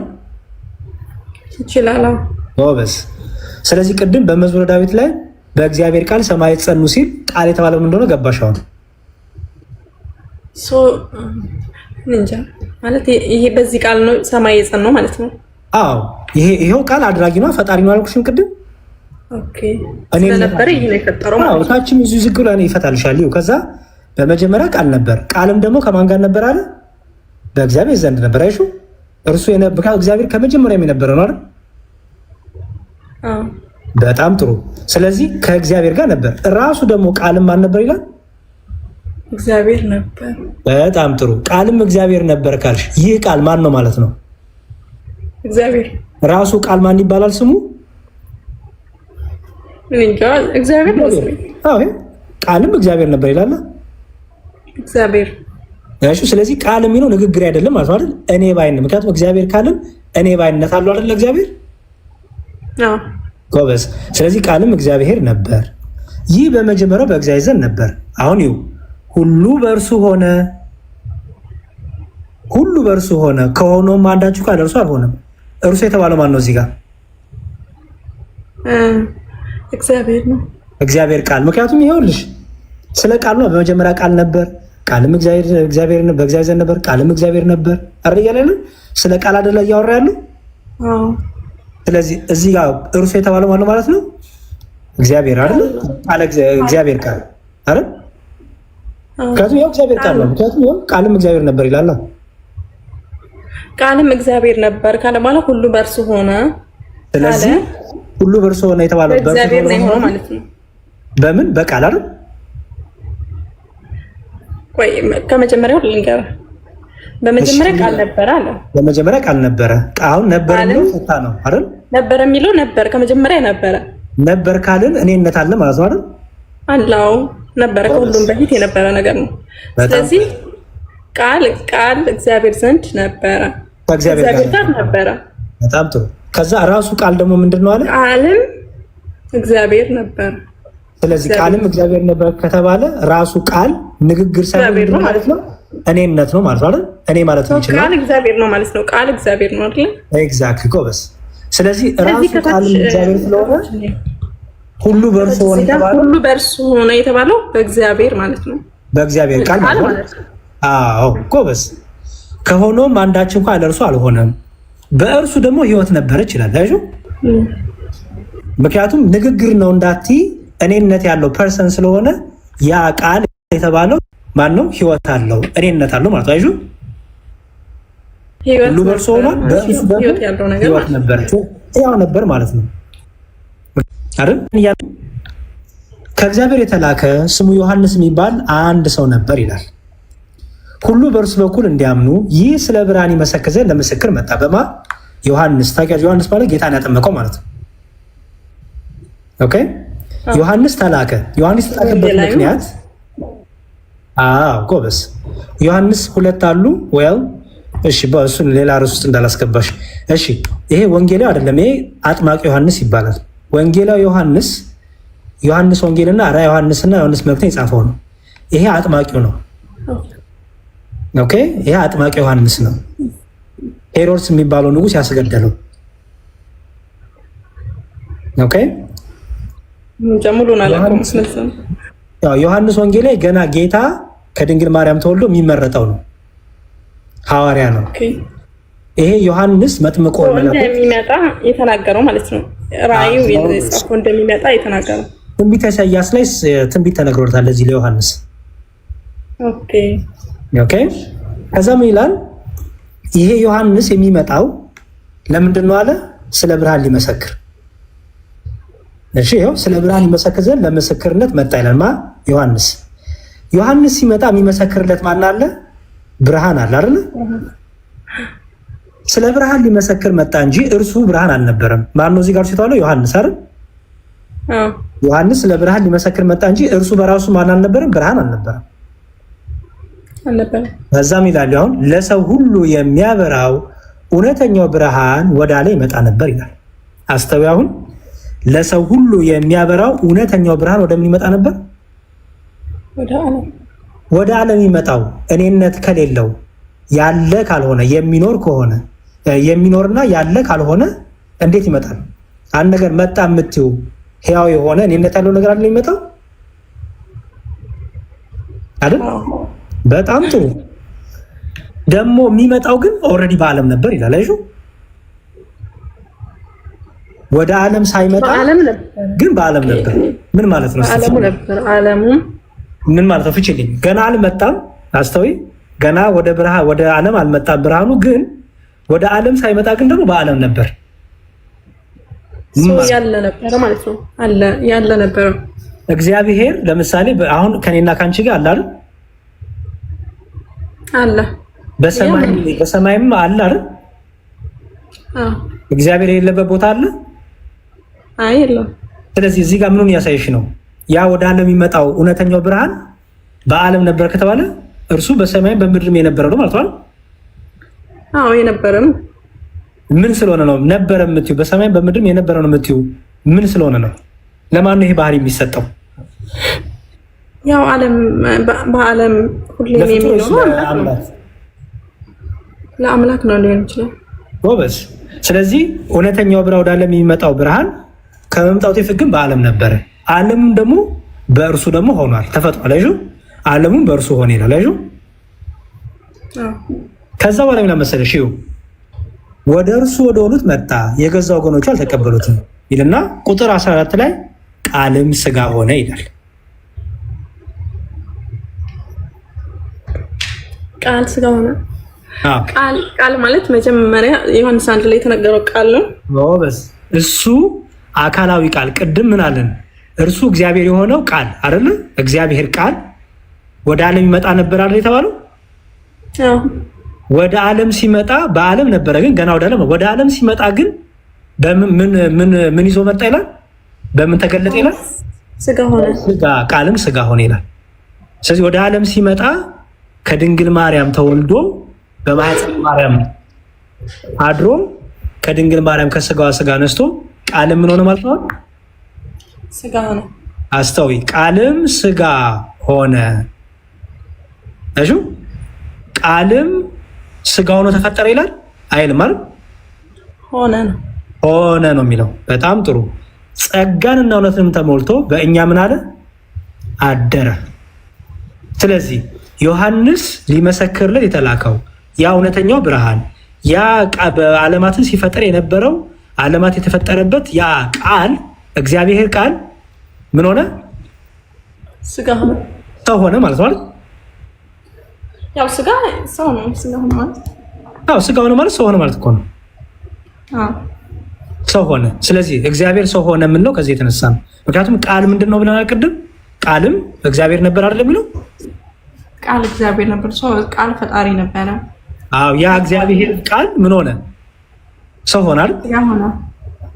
ስጋ ሆነ ማለት ነው። ሰው ሆነ። አሁን ቃልም ስጋ ሲሆን ቃል ቃልነቱን አልለቀቀም፣ ስጋም ስጋነቱን አልተወም ማለት። ምክንያቱም ያው ቃል ምን ሆነ? ስጋ ሆነ ነው የሚለው። አይሹ ወይም ያው ቃል ምን ሆነ? የማይታየው ታየ ማለት ነው። ቅድም ወደ ዓለም ይመጣ ነበር ግን በዓለም ነበር አይደለም የሚለው? ወደ ዓለም ሳይመጣ ግን በዓለም ነበር፣ አላየነውም ነበር አይደል እስካሁን። አሁን ግን አየነው። ለምን? ምን ስለሆነ? ስጋ ስለሆነ። ሰው ሆኖ አይሹ ስጋ ሆነ። ስለዚህ እግዚአብሔር ሰው ሆነ እንላለን ማለት ነው። የእግዚአብሔር ልጅ እግዚአብሔር ሰው ሆነ እንላለን። ቃልም ምን ሆነ? ስጋ ሆነ። ያ እግዚአብሔር ቃል ምን ሆነ? ስጋ ሆነ። እዚህ ድረስ ገብቶሻል? አሁን ዮሐንስ 1 ላይ የነበረው ቃል እግዚአብሔር ነው። የእግዚአብሔር ቃል ስጋ ሆነ ማለት ሰው ሆነ ማለት ነው። የእግዚአብሔር ቃል ወይም እግዚአብሔር ራሱ አይደለ? ምክንያቱም አንድ እግዚአብሔር አለ አይደለ? ያው ቃል ራሱ እግዚአብሔር ነው አይደል? የእግዚአብሔር ቃል እግዚአብሔር ቃሉ ማለት ነው። ቃሉ ሲባል ንግግሩ ማለት አይደለም። አስተውይ። ንግግሩ እኔን ያ የእግዚአብሔር ቃል ማለት እኔነት አለው ራሱ እግዚአብሔር እኮ ነው። ምክንያቱም ይኸውልሽ ቃልም ማን ነው ይላል? እግዚአብሔር ነበር። ስለዚህ እግዚአብሔር እኔነት አለው አይደለ? እግዚአብሔር እኔነት አለው። እግዚአብሔር ፈጣሪ ነው። እግዚአብሔር መለኮት ነው አይደል? ስለዚህ ያው ቃል ራሱ ማን ነው? ራሱ እግዚአብሔር ነው አይደል? ይሄ ቃል እግዚአብሔር የእግዚአብሔር ቃል ወይም ቃል የተባለው እግዚአብሔር ምን ሆነ? ስጋ ሆነ፣ እንደኛ በእኛ መሀል አደረ ይላል። ከዛም ይላል ቃል ራሱ እኔነት ያለው ማለት ነው። በጎበዝ እኔነት አለው። ምክንያቱም ምን ተብሏል? በመጀመሪያ ምን ነበር ስለተባለ ቃል ነበር ስለተባለ መልሶ ደግሞ እግዚአብሔር ነበር ስለተባለ ነበር የተባለ ምንድን ነው? ራሱ እግዚአብሔር ነው። ምክንያቱም እግዚአብሔር የነበረ ነው አይደል? ይሄ ቃል ግን ታዲያ ማን ነው ስትይ፣ አሁን ቅድም ወልድን ያልኩበትን ላሳይሽ። ኦኬ ምን አለ ጌታችን ማን ነው? ቅዱስ ጳውሎስ በዕብራውያን መልእክቱ ምዕራፍ 1 ቁጥር 2 ላይ እዩ፣ ከጥንት ጀምሮ እግዚአብሔር በብዙ አይነትና በብዙ ጎዳና ለአባቶቻችን በነቢያት ተናግሮ ነበር አይደል? በነቢያቱ ይናገር በብሉይ ኪዳን አይደል? ከዛ ግን ይላል ሁሉን ወራሽ ባደረገው ደግሞ ስታምቢልችን ዓለማትን በፈጠረበት በልጁ ይላል። በልጁ በዚህ ዘመን መጨረሻ ለእኛ ተናገረን። ዓለማትን የፈጠረው በማን ነው አለ? በልጁ። ጎበዝ። ልጁ ማን ይባላል ስሙ? በፊት በስጋ ከመገለጡ በፊት የእግዚአብሔር ቃል ወይም አካላዊ ቃል ይባላል። ኦኬ የፈጠረበት ቃል ነው። ስለዚህ ልጁ የተባለው ቃል ነው ማለት ነው፣ ኢየሱስ ክርስቶስ ማለት ነው። በኋላ በስጋ ማርያም የተገለጠው የአብ ቃሉ የአብ ልጁ የተባለው ማን ነው ማለት ነው? ወልድ ነው ማለት ነው። ቃል። ጎበዝ። ምክንያቱም ያው ዓለማትን ሁሉ በፈጠረበት በማን ይላል? በፈጠረበት በልጁ ማለት በቃል ማለት ነው። የፈጠረበት ቃል ስለሆነ በፈጠረበት ሲባል ይኸውልሽ የአብ ቃሉ ማን ስለሆነ ነው? ወልድ ራሱ አይደል? ስለዚህ ወልድ መሆኑን ግን አሁን ወልድ መሆኑን አላየሁም። ግን የፈጠረበት ልጁ በፈጠረበት ከተባለ የፈጠረው በቃል ነው እኮ ልጁ ነው ቃሉ። ይኸው ዓለማት በፈጠረበት ማለት ልጁ ደግሞ ማን ነው? ወልድ የሚለው እንጃ አላየሁም እስካሁን። ቃል ነው እኮ ልጁ ማለት ነው። ልጁ የተባለው ማን ነው? የእግዚአብሔር ልጅ የተባለው ቃል ነው እኮ። ስለዚህ መጀመሪያ የተፈጠረበት ወልድ ምን ነው እኮ ልጁ የተባለው ነው። ግዕዝ እኮ ነው ባይዘ ወልድ ማለት ይኸውልሽ አቡ ማለት አባት ማለት ነው። አብ ማለት ግዕዝ ነው። እሺ ልጅ ማለት ወልድ ማለት ነው። አዎ ልጁ የተባለው ወልድ ነው። ኦኬ ምክንያቱም ይላል መሰለሽ። እሺ ደግሞ ይጨምርልሽ ዓለማትን በፈጠረበት በልጁ የሚለውን ያሻረን። ኦኬ እንግዲህ ዮሐንስ ወንጌል ላይ ኢየሱስ ክርስቶስ እንዲህ አለ። ዮሐንስ ወንጌል ምዕራፍ 14 ቁጥር 1 ልባችሁ አይታወክ፣ በእግዚአብሔር እመኑ፣ በእኔም ደግሞ እመኑ። በአባቴ ቤት ብዙ መኖሪያ አለ። ይሄን እየተናገረ ያለው ማን ነው? ኢየሱስ ክርስቶስ አይደል? ኢየሱስ። አባቴ ብሎ የሚጠራው ማን ነው? እግዚአብሔር አብ አይደል? ቅድም አብ ወልድ መንፈስ ቅዱስ አላልኩሽም? አብ አባት ነው፣ ወልድ ልጅ ነው አላልኩሽም? አባት ቃሉ ነው አይደለ? ወልድ የሚባለው ልጁ የአብ ቃሉ የእግዚአብሔር ቃል ወልድ ነው ማለት ነው። ወይም አባት የሚለው ደግሞ አብን ነው። እግዚአብሔር አብን ማለት ነው። አዎ ደግሞ መንፈስ የእግዚአብሔር መንፈስ የሚለው ማንን ነው? መንፈስ ቅዱስ። ስለዚህ እግዚአብሔር ቃል እግዚአብሔር መንፈስ ቅዱስ ከተባለ እግዚአብሔር ሲል አብን ነው። የእግዚአብሔር ቃል በኋላ የተገለጠው በስጋ ማርያም ወልድን ነው። የእግዚአብሔር መንፈስ ሲባል ደግሞ ማንን ነው? መንፈስ ቅዱስን። ኦኬ ገባሽ? ስለዚህ ምን አለ? ይኸው አብን ማን ብሎ ይጠራዋል? አባቴ ብሎ ይጠራዋል። ኦኬ አንድ ደግሞ ራሱ ምን እንዳለ ደግሞ ላሳይሽ። ራሱ ጌታ ምን አለ? አሁን የእግዚአብሔር መገለጠው ምንሽ ከዚህ አንጻር ነው። ገባሽ አይደል? እግዚአብሔር ራሱ እንዲገለጠልን ራሱ እንዲገለጠ ስንል ይኸው በሶስትነቱ ገልጦልናል እንላለን። የዮሐንስ ወንጌል ላይ ደግሞ ጌታ እንዲህ ብሎ ተናግሯል። የዮሐንስ ወንጌል ምን አለ መሰለሽ? ጌታ በዮሐንስ ወንጌል ላይ ምዕራፍ 3 ቁጥር 13 ላይ እንዲህ ይላል። ዮሐንስ ወንጌል ምዕራፍ 3 ቁጥር 13 እቺ በደንብ ስሚያት። ምዕራፍ 3 ቁጥር 13 ከሰማይ ከወረደው በቀር ወደ ሰማይ ያወጣ ማንም የለም፣ እርሱም በሰማይ የሚኖረው የሰው ልጅ ነው አለ ጌታ። ከሰማይ ከወረደው በቀር ወደ ሰማይ የወጣ ማንም የለም። ከምን ከወረደው በቀር ነው የሚለው? ከሰማይ ከወረደው በቀር ወደ ሰማይ ወጣ ማንም የለም። እችን እንፍታት። ለምሳሌ ወደ ሰማይ ያረጉ የሉም? በህይወታቸው አሉ እኮ አይደል? እነ ኤልያስ አርገዋል አይደል? አይደል? እነ ኤልያስ አልሞቱም ታውቂያለሽ? ከህይወታቸው የተወሰዱት አይደል? አርገዋል አይደል? እነሱ ከሰማይ ነው የወረዱት? አይደሉም። ጎበስ። ከሰማይ ከወረደስ በቀር ወደ ሰማይ ወጣ ማንም የለም አለና እርሱም በሰማይ የሚኖረው የሰው ልጅ ነው አለ። ኢየሱስ ክርስቶስ የእግዚአብሔር ልጅም ይባላል፣ የሰው ልጅም ይባላል። የሰው ልጅ ለምን ተባለ? ከድንግል ማርያም ስለተወለደ አይደል? እዚህ ጋር አልገባኝ። ኢየሱስ ተወልዶ ነው እንጂ ከሰማይ ወርዷል ለማለት። ከሰማይ ከወረደው በቀር ሲል ምን ማለት ነው ታውቂያለሽ? አስቀድሞ በክብሩ ይኖር የነበረው በክብሩ ዙፋን በሰማይ ይኖር የነበረው ለማለት ነው።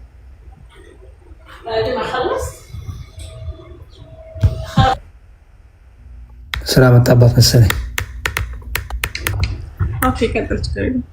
እሺ ከሰማይ ከወረደው እዚህ ጋር ቆይ አንዴ፣ በኋላ ከምትደክም ልንገር። አሁን ለምሳሌ ከሰማይ ከወረደው በቀር ሲል ኢየሱስ ወደ ምድር የመጣው በማርያም ነው አይደል? አዎ ከሰማይ ወረደ ነው ነው። አዎ ሳሪ ከሰማይ ከወረደው በቀር ሲል ኦኬ፣ በምን እያለ እንደው ታውቂያለሽ? ከሰማይ ከወረደው በቀር ሲል እርሱ በክብሩ የነበረው ይመጣ ነበር ይላል አይደል? እንዴ ለምሳሌ ቅድም ዮሐንስ ወንጌል ስናነብ ወደ ዓለም ይመጣ ነበር አይደል የሚለው? በዓለሙ ነበር ወደ ዓለም ይመጣ ነበር አይደል የሚለው?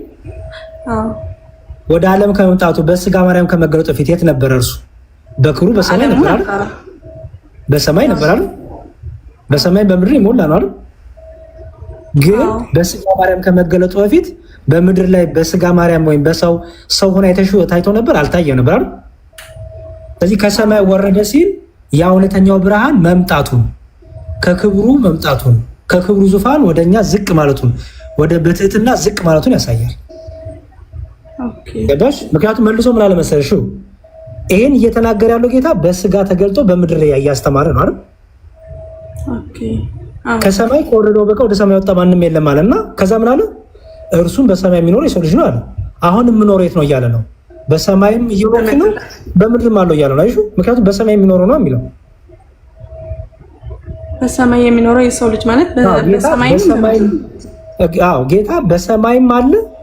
ምክንያቱም በቅድም ምን አለን ዮሐንስ ወንጌል ላይ ወደ ዓለም ከመምጣቱ በፊት በዓለም ነበር አይደል የተባለው? በስጋ ማርያም ሲመጣ ከሰማይም አልጎደለም ማለት ነው። ምክንያቱም የምናወራው ስለ አምላክ ነው፣ ስለ እግዚአብሔር አይደል የምናወራው? በስጋ ማርያም በምድር ላይ ሲኖር በሰማይም ደግሞ በምድርም በሙሉ የሞላ ስለሆነ በሰማይም ነበርኩ እያለ ነው ጌታ። ምክንያቱም ቅድም ምን አለን? ወደ ምድር ከመምጣቱ በፊት ወደ ዓለም ከመምጣቱ በፊት በዓለሙ ነበር አይደል የተባባለው? በጣም ጥሩ። ወደ ዓለም ሲመጣ ግን ሰው ሆኖ አየ ነው አይደል? ቃል ስጋ ሲሆን ሰው ሆኖ አሁን እዚህ ጋር ማለት ነው በምድር ሆኖ ከሆነ ያስተማረው በሰማይ የሚኖረው የሰው ልጅ ነው ካለ በሰማይም አለው ማለት ነው። አዎ ለምን መሰለሽ ቅድም ምን አለን? በዓለሙ ከመምጣቱ በፊት ዓለም ውስጥ ነበር አይደል የተባለው ቅድም? አዎ ምኑን ነው የሚያሳይሽ? መለኮት አይደለም እግዚአብሔር በሁሉ የሞላ ነው አይደል? አዎ በሁሉም ያለ ማለት ነው። በዓለም ሁሉ ያለ። አዎ ያ በዓለም ሁሉ ያለው በምን ተገለጠ? በሰው መልክ ተገለጠ አይደል? በሰው መልክ በመገለጡ ምድር ላይ ብቻ ነው ያለው? አይ በሰማይ የሚኖረው ሰው ይላል። ስለዚህ በሰማይ ይሄንን ደግሞ ራሱ ቅዱስ ጳውሎስን ብሎ አመጣልን መሰለሽ ፊልጵስዩስ ላይ። ለምንድን ነው እንደዚህ ሆነው ስትይ ፊልጵስዩስ ላይ በፊልጵስዩስ መልእክቱ አይ ቲንክ አራዘምኩ መሰለኝ መምህራኖች ወጡ። በጣም ይቅርታ እንግዲህ በጣም ሰዓት ከወሰድኩ አልወሰድሽም ነው አንቺ እየገባሽ ነው አይደል? ግን በጣም አሪፍ። እሺ ፊልጵስዩስ ምዕራፍ 2 ላይ እንዲህ ይላል፣ ይኸው በክርስቶስ ኢየሱስ የነበረ ይህ ሐሳብ በእናንተ ዘንድ ደግሞ ይሁን። እርሱ ያለው ክርስቶስን ነው አይደል? እርሱ አይደል በእግዚአብሔር መልክ ሲኖር ሳለ ይላል። በደንብ እርሱ በእግዚአብሔር መልክ ሲኖር ሳለ ምንድን ነው የሚያሳይሽ? የኖረ ነው። ማን ሆኖ? በእግዚአብሔር መልክ እግዚአብሔር ሆኖ ማለት ነው አይደል? ከእግዚአብሔር ጋር መተካከልን መቀማት እንደሚገባ ነገር አልቆጠረው ማለትና ነገር ግን የባሪያ መልክ ይዞ በሰው ምሳሌ ሆኖ ራሱን ባዶ አደረገ ይላል። መተካከል የሚለውን አንዴ መተካከል የሚለው አሁን እኩል እንደ እኩል ማለት ነው አይደል?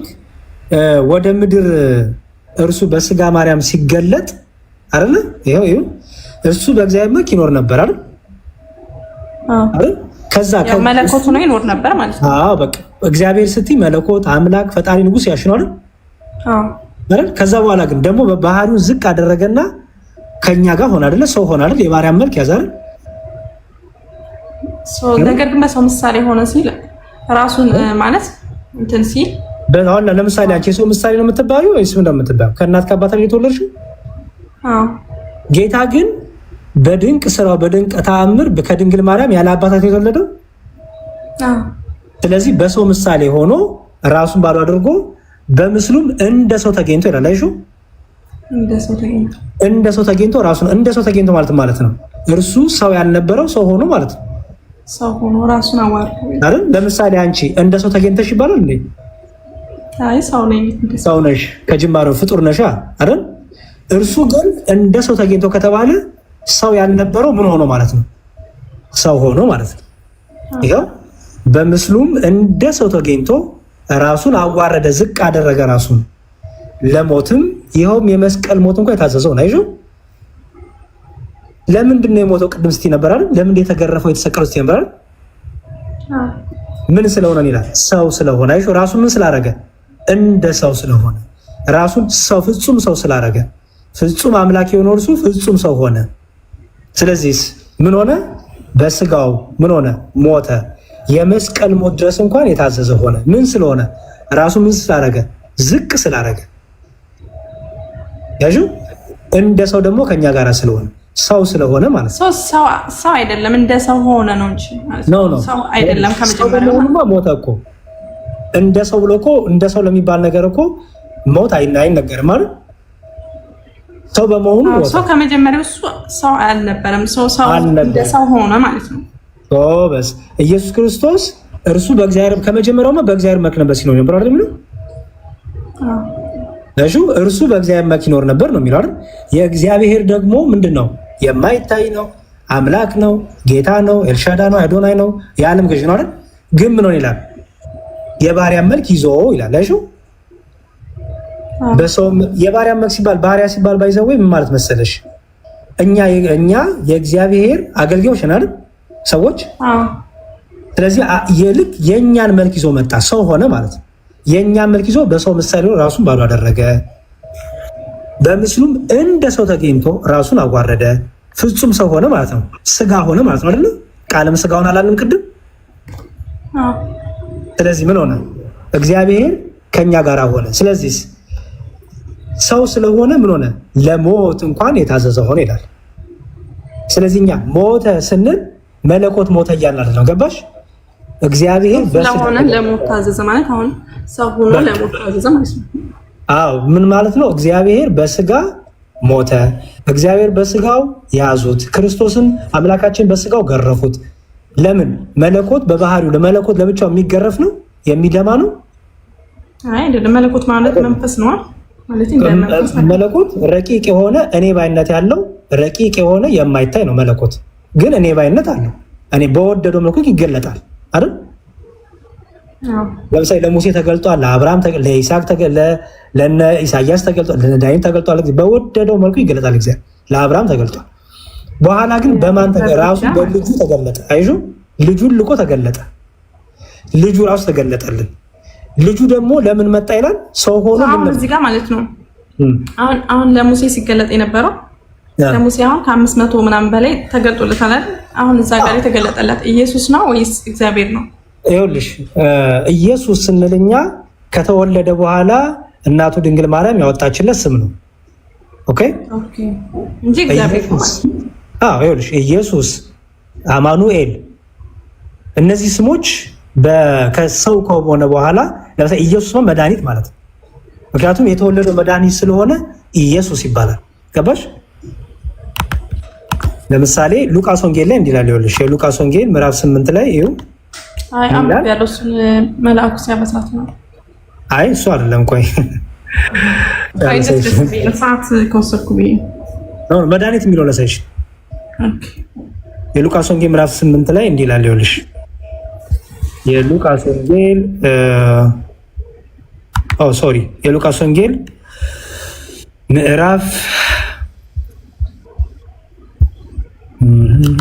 2:8 እነሆም የጌታ መልአክ ወደ እነሱ ቀረበ፣ በዙሪያቸውም የጌታ ክብር አበራይና ታላቅ ፍርሃት ፈሩና፣ መልአኩ ምን አላቸው? እነሆ ለሕዝቡ ለሚሆን ታላቅ ደስታ ምስራች እነግራችኋለሁ፣ አትፍሩ። ዛሬ በዳዊት ከተማ እሹ መድኃኒት ይላል እሹ፣ እርሱም ክርስቶስ ጌታ የሆነ ይላል እሹ። ስለዚህ ኢየሱስ ክርስቶስ ተወልዶላችኋል። ስለዚህ ኢየሱስ ማለት መድኃኒት ማለት ነው። ክርስቶስ ማለት ደግሞ መሲህ እንደማለት ነው። ኦኬ። ስለዚህ ክርስቶስ ኢየሱስ ስንል ባህሪውን እየገለጥን ነው። ገባሽ? ስለዚህ ኢየሱስ ክርስቶስ የሚለው በስጋ ማርያም ከተወለደ ሰው ከሆነ በኋላ የተነገረለት ስም ነው። ገባሽ? ከዛ ፊት ታዲያ ማን ይባላል ካልሽኝ እግዚአብሔር። ዮሐንስ ወንጌል ደግሞ እንደነገረን ማን ብሎ ያስቀምጠዋል? ቃል በመጀመሪያ ቃል ነበረው ያስቀምጠዋል። ምክንያቱም ሰው የሆነውን ቃልም ስጋ ሆነ አይደለም የሚለው አይደል? ቃልም ሰው ሆነ አይደለም የሚለው ሲል፣ ስለዚህ አካላዊ ቃል ይባላል፣ የእግዚአብሔር ቃል ይባላል ስሙ። ኋላ ግን ከድንግል ማርያም ከተወለደ በኋላ ደግሞ ማን ተባለ? ኢየሱስ ክርስቶስ አማኑኤል ተባለ ማለት ነው። አማኑኤል እግዚአብሔርም ይባላል ማለት ነው። 1:23 ላይ ማቴዎስ 1:23 ላይ ጎበዝ። አማኑኤልንም አስተው። አማኑኤል ማለት እግዚአብሔር ከኛ ጋር ሆነ ማለት ነው። ራሱ አማኑኤል ማለት ራሱ ትርጉሙ እግዚአብሔር ከኛ ጋር ሆነ ማለት ነው። ማቴዎስ ወንጌል ምዕራፍ 1:23 ላይ አለ። ከዛ ላይ ከትንቢቱ ይዘው ነው ትንቢተ ኢሳያስ ላይ ያለውን ማቴዎስ ወንጌል ምዕራፍ 1:23 ይኸውልሽ፣ እነሆ ድንግል ጸንሳለች፣ ልጅም ትወልዳለች፣ ስሙንም አማኑኤል ይላል። አይሹ አማኑኤል ይሉታል የተባለ ይፈጸም ዘንድ፣ ትርጓሜውም እግዚአብሔር ከኛ ጋራ ነው። አይሹ ስለዚህ አማኑኤል ኢየሱስ ክርስቶስ ስንል በስጋዊ ከተገለጠ በኋላ ከድንግል ከተወለደ በኋላ የተነገረለት ስሙ ነው ማለት ነው። ግብሩን ማንነቱን የሚገልጽ ነው። አሁን ይሄ ሁሉ ስም ማለት መድኃኔዓለም ኢየሱስ ሁሉም በምድር ላይ የዓለም መድኃኒት እያለን ነው።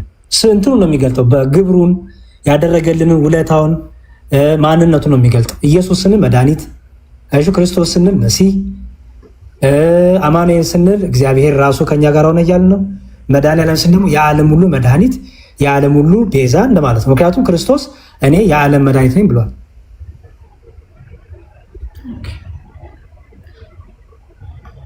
ገባሻው? ስሙ ግን ያው የእግዚአብሔር ቃል ነው። እሱ የእግዚአብሔር ቃል የእግዚአብሔር መንፈስ ቅዱስ እና አይደለ? እግዚአብሔር መንፈስ እና አይደለ? መንፈስ ቅዱስን የእግዚአብሔር መንፈስ እና አይደለ? ቅድም መንፈስ ፈጠረኝ የእግዚአብሔር መንፈስ ፈጠረኝ አይደለ ያለው? ስለዚህ መንፈስ ቅዱስ ራሱ የእግዚአብሔር መንፈስ ይባላል። አካላዊ ቃል ደግሞ በስጋ ከመገለጡ በፊት እግዚአብሔር ቃል ይባላል። ራሱ እግዚአብሔር ስለ መንፈስ ቅዱስም ራሱ እግዚአብሔር አይደል? ምክንያቱም ፈጣሪ አይደለም መንፈስ ቅዱስ ራሱ። በቃ ስለዚህ አሁን ለዚህ ነው ሉቃስ ወንጌል ላይ ቅድም ያልሽው በደንብ ካስተዋልሽው ገብርኤል የተናገረው ነገር ነበረ። ምን አለ መሰለሽ? ይኸው እንዴት ይሆናል ስትለው ድንግል ማርያም ምን አላት? መንፈስ ቅዱስ በአንቺ ላይ ይመጣል አላት። ይኸው መንፈስ ቅዱስ አሁን ላሳይሽ ነው። መንፈስ ቅዱስ በአንቺ ላይ ይመጣል፣ የልዑል ኃይል ይጸልልልሻል። ልዑል የተባለው አብን ነው። ከዛ ደግሞ ከአንቺ ምር ደግሞ ቅዱሱ የእግዚአብሔር ልጅ አይሹ። አሁን እዚህ ጋር መንፈስ ቅዱስ አለ። ከዛ ልዑል ያለው አብን ነው። ከዛ እግዚአብሔር ልጅ ያለው ደግሞ ወልድ ነው ማለት ነው። እዚህ ጋር አሁን መንፈስ ቅዱስን አየሹ። አሁን አይሹ ፈቃድ ራሱ አሁን በዚህ የክርስቶስ ሰው በመሆኑ ፈቃድ ውስጥ ወይም የእግዚአብሔር ልጅ ወይም አካላዊ ቃል ሰው በመሆኑ ፈቃድ ውስጥ የማን ፈቃድ አለበት? የመንፈስ ቅዱስም አይደል? ምክንያቱም መንፈስ ቅዱስ ወደ አንቺ ይመጣል። አይሹ ደግሞ የልዑል ኃይል ደግሞ እሺ አሁን እዚህ ጋር ከወልድ ከአብ ከዛ ከመንፈስ ቅዱስ ነው ማለት ነው። አሁን እዚህ ጋር ልዑል ያለው አብን ነው። አዎ እዚህ ጋር የምታየው መሰለሽ ፈቃድን ታያለሽ። የክርስቶስ ሰው መሆን ወይም የእግዚአብሔር ቃል ሰው መሆን የራሱ የቃልም ፈቃድ ነው፣ የእግዚአብሔር መንፈስ ቅዱስን ፈቃድ ነው፣ የእግዚአብሔርን ፈቃድ ነው ማለት ነው። የተለያየ አንድ ፈቃድ አላልኩሽም ቅድም? አብ የሚሰራው ወልድ የሚሰራው መንፈስ ቅዱስ የሚሰራው አብ የሚያውቀው ወልድ የሚያውቀው መንፈስ ቅዱስ የሚያውቀው አላልኩሽም? በቃ ስለዚህ ያንን ነው ቅዱስ ገብርኤል እንደውም ይኸው ሶስትነትን በደንብ አሳየሽ። መንፈስ ቅዱስ ወደ አንቺ ይመጣል ብሎ የልዑል ኃይል ደግሞ ይጋርድሻል፣ ይጸልሻል፣ ያከብርሻል ብሎ ቀጥሎ ደግሞ የሚወለደው ደግሞ ቅዱስ የእግዚአብሔር ልጅ ይባላል። አጁ ያ የሚወለደው የእግዚአብሔር ልጅ ነው። ከድንግል ማርያም የተወለደው ማን ተባለ? የሰው ልጅ ተባለ አይደል? ስለዚህ የእግዚአብሔር ልጅ ማን ብሎ ይጠራዋል? አብን አባቴ ብሎ ይጠራዋል። የእግዚአብሔር ልጅ ስለተባለ ማለት ነው። አዎ የእግዚአብሔር እኛውን ልጆች የእግዚአብሔር ልጆች ተብለናል። እኛ በጸጋ ነው ገባሽ? ጸጋ በጸጋ ነው ልጆች የምንባለው አይደል? የእግዚአብሔር ልጅነቱ ግን የወልድ የባህሪው ነው። ምክንያቱም ቅድም ምን አለን? እርሱ በእግዚአብሔር መልክ ሲኖር ሳለ አይደል የሚለው ፊልጵስዩስ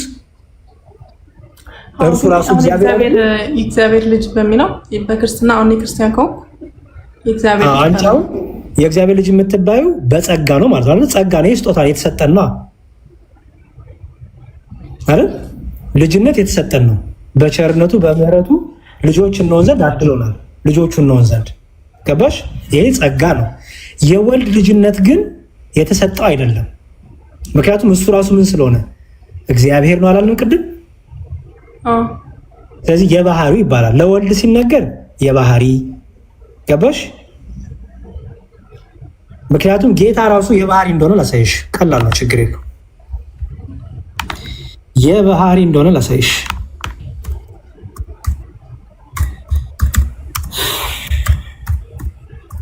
እሺ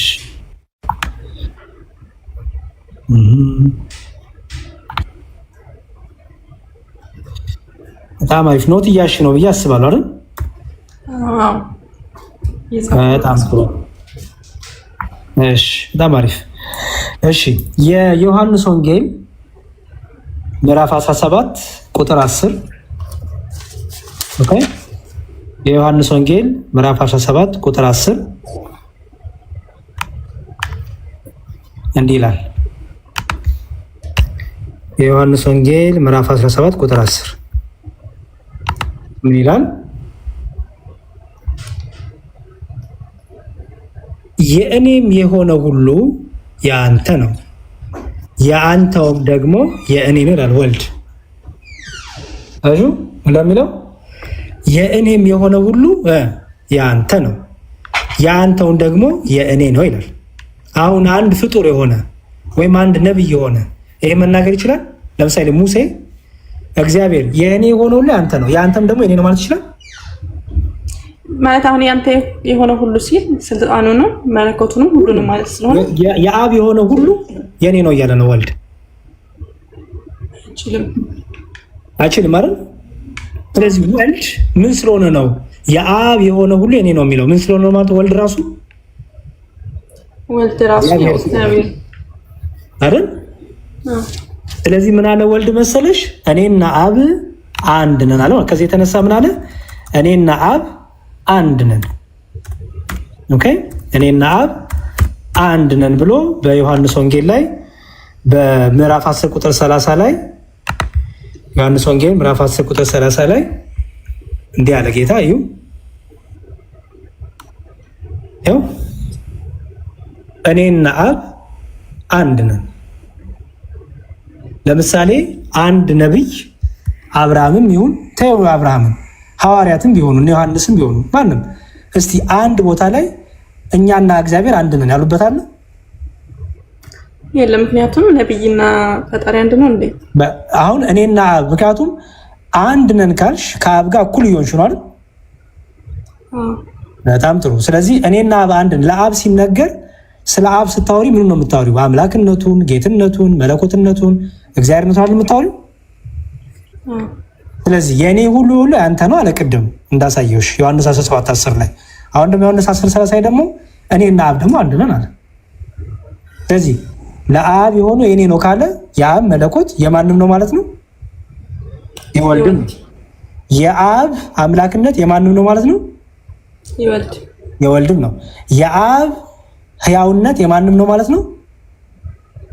የአብ ነው ማለት ነው። የአብ ነው ማለት ነው። የመንፈስ ቅዱስም እንደዛው ነው ማለት አይደል? ምክንያቱም መንፈስ ቅዱስ ራሱ ምን ስለሆነ ፈጣሪ አይደል ያለው? ቅድም ትዝልሽ ነው እስትንፋሱ ስለሆነ ራሱ መንፈስ ቅዱስ ደግሞ ፈጣሪ ነው አይደል? ቅድም አይተናል አይደል? ስለዚህ በመለኮት በስልጣን በመፍጠር በፈቃድ ሶስት ወይስ አንድ? አንድ ናቸው። የፈጠረው በቃሉ ነው፣ ያጸናው ደግሞ በእስትንፋሱ ነው ይላል ተማሪ። ስለዚህ ስለ መለኮት ስናወራ በስም 3 በአካል 3 በግብር 3 ብንልም በመለኮት ግን ስንት ነው እያልን ነው? አንድ ነው። ምክንያቱም ሲፈጡ በአንድ ነው የፈጠሩት። አዎ የአብ ፈቃድ የወልድ ነው የመንፈስ ቅዱስ ፍቃድ ነው። አብን ፈጣሪ ነው፣ ወልድን ፈጣሪ ነው፣ መንፈስ ቅዱስ። ምክንያቱም መፍጠር ቅድም ምን ስላለ ኦሪት ዘፍጥረት ላይ እንፍጠር አይደለም የሚለው? እንፍጠር ያው አብንም ወልድንም መንፈስ ቅዱስንም ያማከለ ስለሆነ ማለት ነው። አዎ ህይወት ሰጪ መንፈስ ቅዱስ አይሹ። ለዚህ ነው እዛው ላይ የሚገምተው ዘፍጥረት ላይ እንዲህ የሚቃ ታገኛለሽ። እዛው ዘፍጥረት ላይ ስለ አዳም አፈጣጠር ሲያወራ ምን ይላል? ዘፍጥረት 2 ላይ ምን ይላል? እግዚአብሔር አምላክም ሰውን ከምድር አፈር ምን አደረገ ይላል? አበጀው።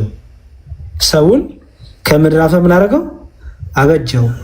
በአፍንጫውም የህይወትን እስትንፋስ እፍ አለበት፣ ሰውም ሕያው ነፍስ ያለው ይላል። አይሹ። ስለዚህ ለሰው ልጆች ሁሉ ህይወት የሰጠው ማን ማለት ነው? የእግዚአብሔር እስትንፋስ። እስትንፋሱ ማለት መንፈስ ቅዱስ ነው አይደል? እኛ እንደተናገርኩት ማለት ነው። አዎ። ስለዚህ መፍጠር የመንፈስ ቅዱስም የአብም የወልድ ነው ማለት ነው አይደል? አዎ። ገባሽ አሁን? ስለዚህ በመፍጠር በአገዛዝ በስልጣን በመለኮት በአምላክነት ስንት? አንድ አምላክ አይደል? ሶስትነት ግን በምንድን ነው አልኩሽ? በስም አብ ወልድ መንፈስ ቅዱስ፣ በግብር አብ አባት ወልድ ልጅ መንፈስ ቅዱስ ደግሞ ሰራጺ ከአብ የሚወጣ ማለት ነው፣ ወይም እስትንፋስ ጋር ማለት ነው። አሁን እዚህ ጋር አሁን ሶስቱም አንድ እንደሆኑ አይተናል። አንድ ናቸው ሲፈጥሩ ማለት ነው። በመፍጠር ግጥር ይልኝ ወይ በመፍጠር በአገዛዝ በእውቀት በመፍቀድ በመለኮት በስልጣን በእግዚአብሔርነት አንድ አምላክ አይደል? ሶስት አምላክ ሶስቱም እግዚአብሔር ነው ስሙ ማለት ነው።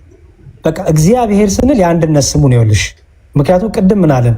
እግዚአብሔርም አለ አይደለም የሚለው። ከዛ ግን ደግሞ እንፍጠር አይደለም የሚለው። እግዚአብሔሮችም አሉ አይልም አይደል የሚለው። እግዚአብሔርም አለ ብሎ አንድነት ያሳይሻል። ምክንያቱም እግዚአብሔር ስንል የአንድነት ስም ነው። ከዛ ደግሞ ሶስትነቱን ደግሞ ስናብራራ ምን አለን? እንፍጠር ሲል ከአንድ በላይ መሆኑን አወቅን አይደል?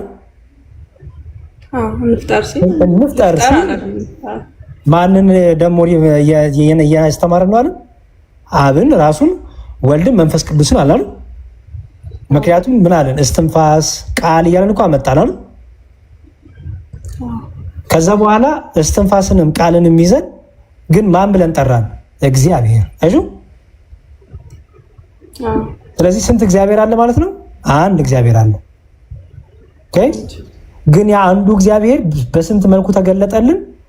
በስሙ ሶስት ሆኖ ተገለጠልን። አብ ወልድ መንፈስ ቅዱስ አይደል? በግብሩ ሶስት ሆኖ አብ አባት ሆኖ ተገለጠልን። ምክንያቱም ከሰማይ ሆኖ የምወደው ልጄ ይህ ነው ብሏል። ገባሽ? ሲጠመቅ ጌታ እሱን ክፍል አሳይሽና አይቻለሽ። ኦኬ በቃ የምወደው ልጄ ይሄ ነው ብሏል አይደል? ክርስቶስ ደግሞ ምናሽ በርግብ መልክ ከሰማይ በደመና መንፈስ ቅዱስ በርግብ መልክ መጣ ይላል። አሁን ከሰማይ ሆኖ አብ እየተናገረ ነው። ምን እያለ? ወልድ ልጄ ነው እያለ ነው። የምወደው ልጄ አይሽ አይደለ? መንፈስ ቅዱስም ደግሞ በርግብ አምሳል እየወረደ ነው። ስለዚህ የአካል ሶስትነት አለ፣ የግብር ሶስትነት። አካል ሶስትነት ስንል አብ እኔነት አለው፣ ወልድ እኔነት፣ መንፈስ ቅዱስ እኔነት አለው። ምክንያቱም ከሰማይ ሆኖ አብ እየመሰከረ ነው፣ ከምድር ሆኖ ወልድ እየታየ ነው። ያ ወልድ ደግሞ ምን እያለ ነው? የእኔ የሆነ ደግሞ የአብ ነው፣ የአብ የሆነ ደግሞ የኔ ነው እያለ ነው አይደል? ስለዚህ እሱ ደግሞ ወልድ ምን ያህል አባቴ ነው ይለዋል አብን በሰማይ ያለው። ስለዚህ በአካል ሶስት፣ በግብር ሶስት፣ በስም ሶስት። በመለኮትስ? በመለኮት አንድ ነው። በአገዛዝስ? አንድ። በስልጣን በእውቀት በፈቃድ አንድ ናቸው። አሁን እንደተረዱ በስማቸውና በስምና በግብር ማለት አብ አባት ነው፣ ወልድ ልጅ ነው፣ መንፈስ ቅዱስ ደግሞ ሰራጺ ነው አለን። ከዛ ደግሞ በአካል አካማ ደግሞ እኔነት አላልንም ቅድም? ምክንያቱም ከሰማይ ሆኖ እኔ ብሎ አብ ተናገራልን፣ ሰማ ነው። ወልድ ደግሞ እኔ የአብ ልጅ ነኝ እያለ ነው። በሰማይ ነበርኩ ከሰማይ መጥቻለሁ አላለም? አይደል? ነበርኩ ሲል ያው የነበረ እንደሆነ የሚያሳይ ነገር ነው። ከማን ጋር ነበርኩ? ከእግዚአብሔር ከአባቱ ጋር የነበረ ነው ከጥንቱ አይደል? በጣም ጥሩ። መንፈስ ቅዱስ ደግሞ ሐዋርያ ስራ ያስተነብይ እንዲሁም መንፈስ ቅዱስ ራሱ ደግሞ ይናገራል። ሐዋርያትን ምረጡልኝ ይላቸዋል። ለፈለኳቸው አገልግሎት ምረጡልኝ ብሎ ደግሞ መንፈስ ቅዱስ ይናገራል። ራሱ መንፈስ ቅዱስ ተናጋሪ ነው። መንፈስ ቅዱስ ሲናገር ላሳይሽ። ተናጋሪ ነው። መንፈስ ቅዱስ ሲናገር ላሳይሽ። ችግር የለውም። ደስ ስለሆነ ፈጣሪ እንደሆነ የእግዚአብሔር መንፈስ ፈጠረኝ የተባለው አይደል? ኦኬ፣ በጣም ጥሩ። እሺ፣ እንዲህ ይላል። ኦኬ፣ የሐዋርያት ሥራ ምዕራፍ 6 ላይ እንዲህ ይላል፣ ወንድሞች ሆይ በመልካም የተመሰከረላቸውን መንፈስ ቅዱስና ጥበብ የሞላባቸውን ይላል 7 ሰዎች ከእናንተ ዘንድ ምረጡ፣ ለዚህም ጉዳይ እንሾማቸዋለን። እኛ ግን ለጸሎትና ቃሉን ለማገልገል እንተጋለን። ይህም ቃል ሁሉ እያለ ይናገራል። መንፈስ ቅዱስ ምን ላለባቸው ነው የሚለው? መንፈስ ቅዱስ ያደረባቸውን ይላል።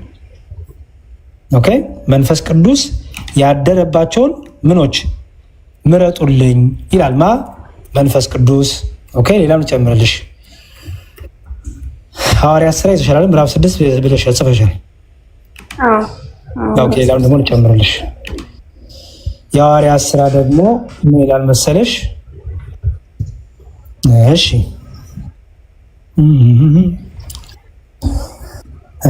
የሐዋርያት ሥራ ምዕራፍ 4 ቁጥር 25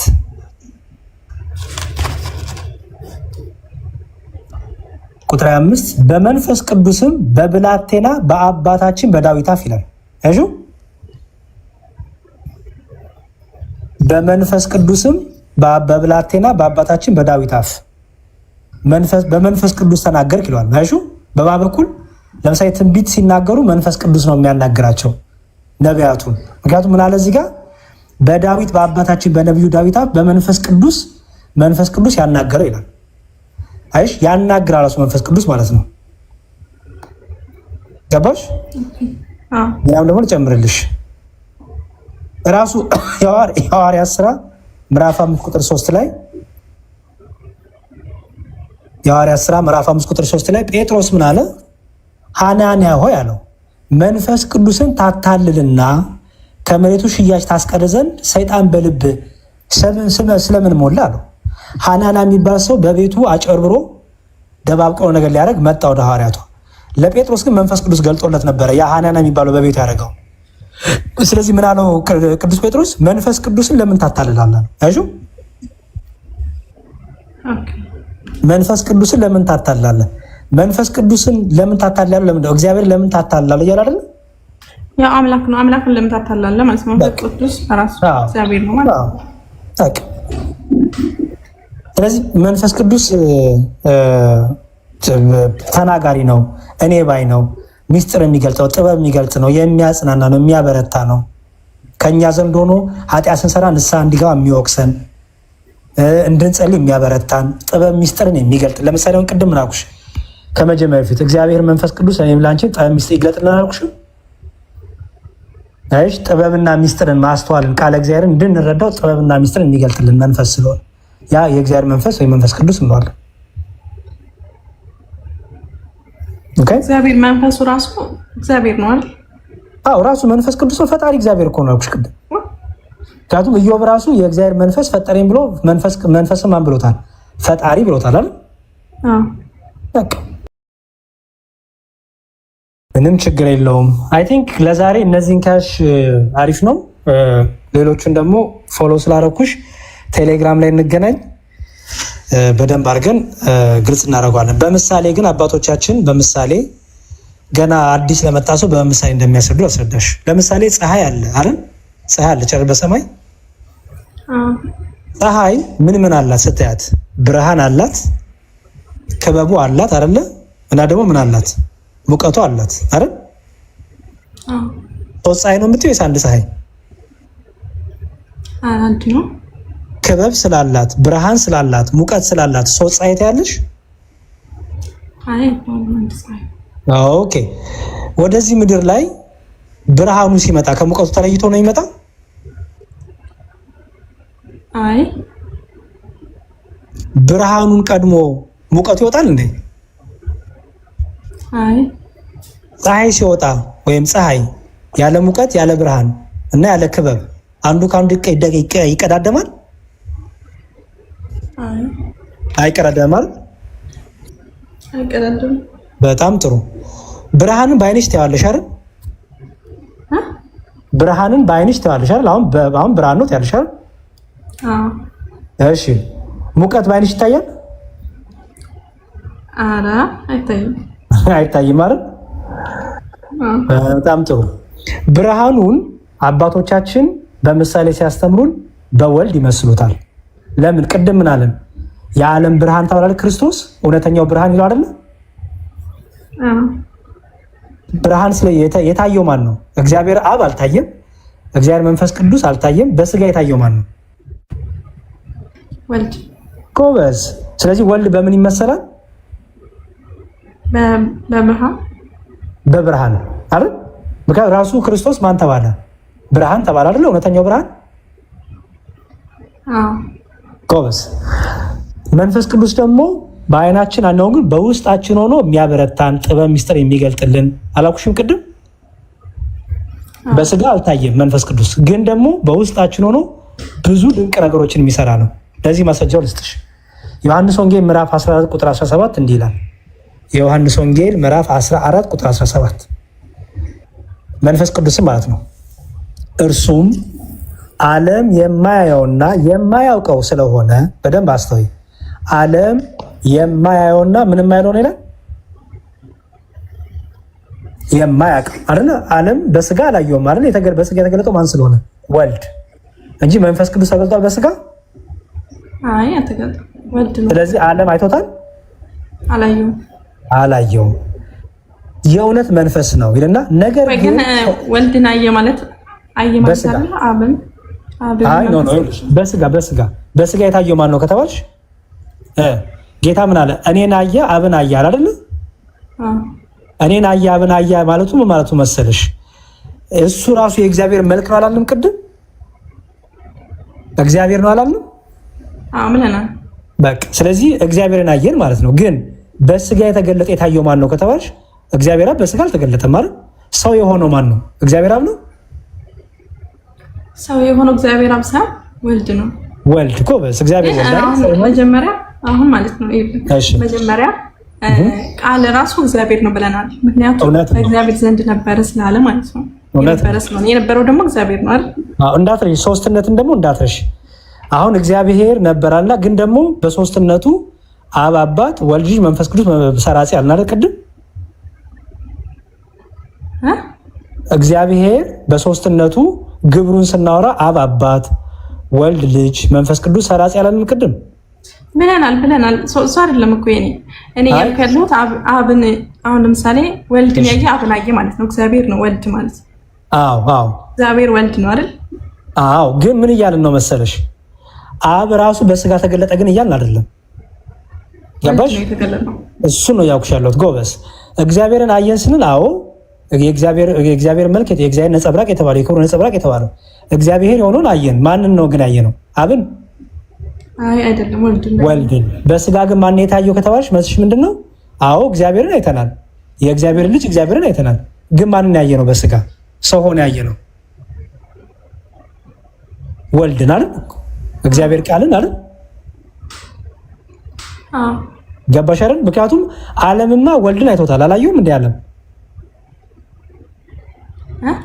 ዓለም እኮ ወልድን አይቶታል አይደል?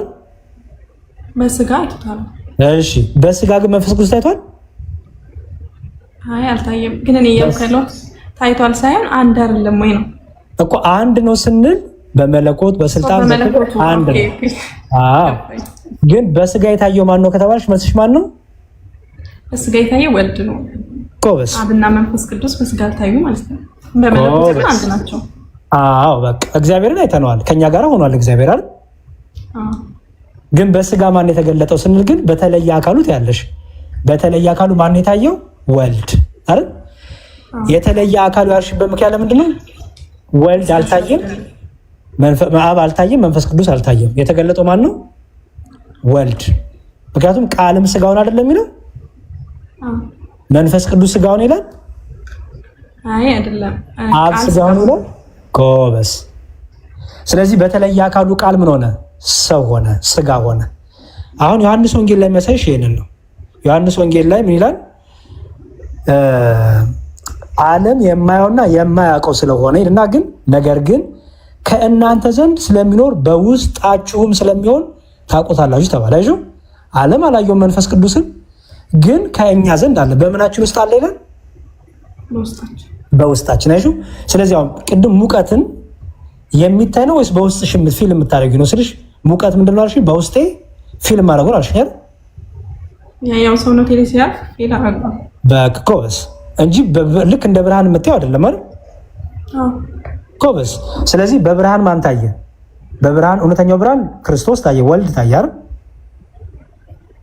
በውስጣችን ደግሞ ሆኖ ደግሞ መንፈስ ቅዱስ ያበረታናል፣ ሚስጥር ይገልጥልናል፣ ጥበብ ማስተዋል ይሰጠናል ማለት ነው። ቅድም ዮሐንስ ወንጌልን ከቁጥር 1 ጀምሮ ቃልም ስጋውን የሚለው ሁሉ እየወረድኩ ሁሉ አስነብቤሻለሁ።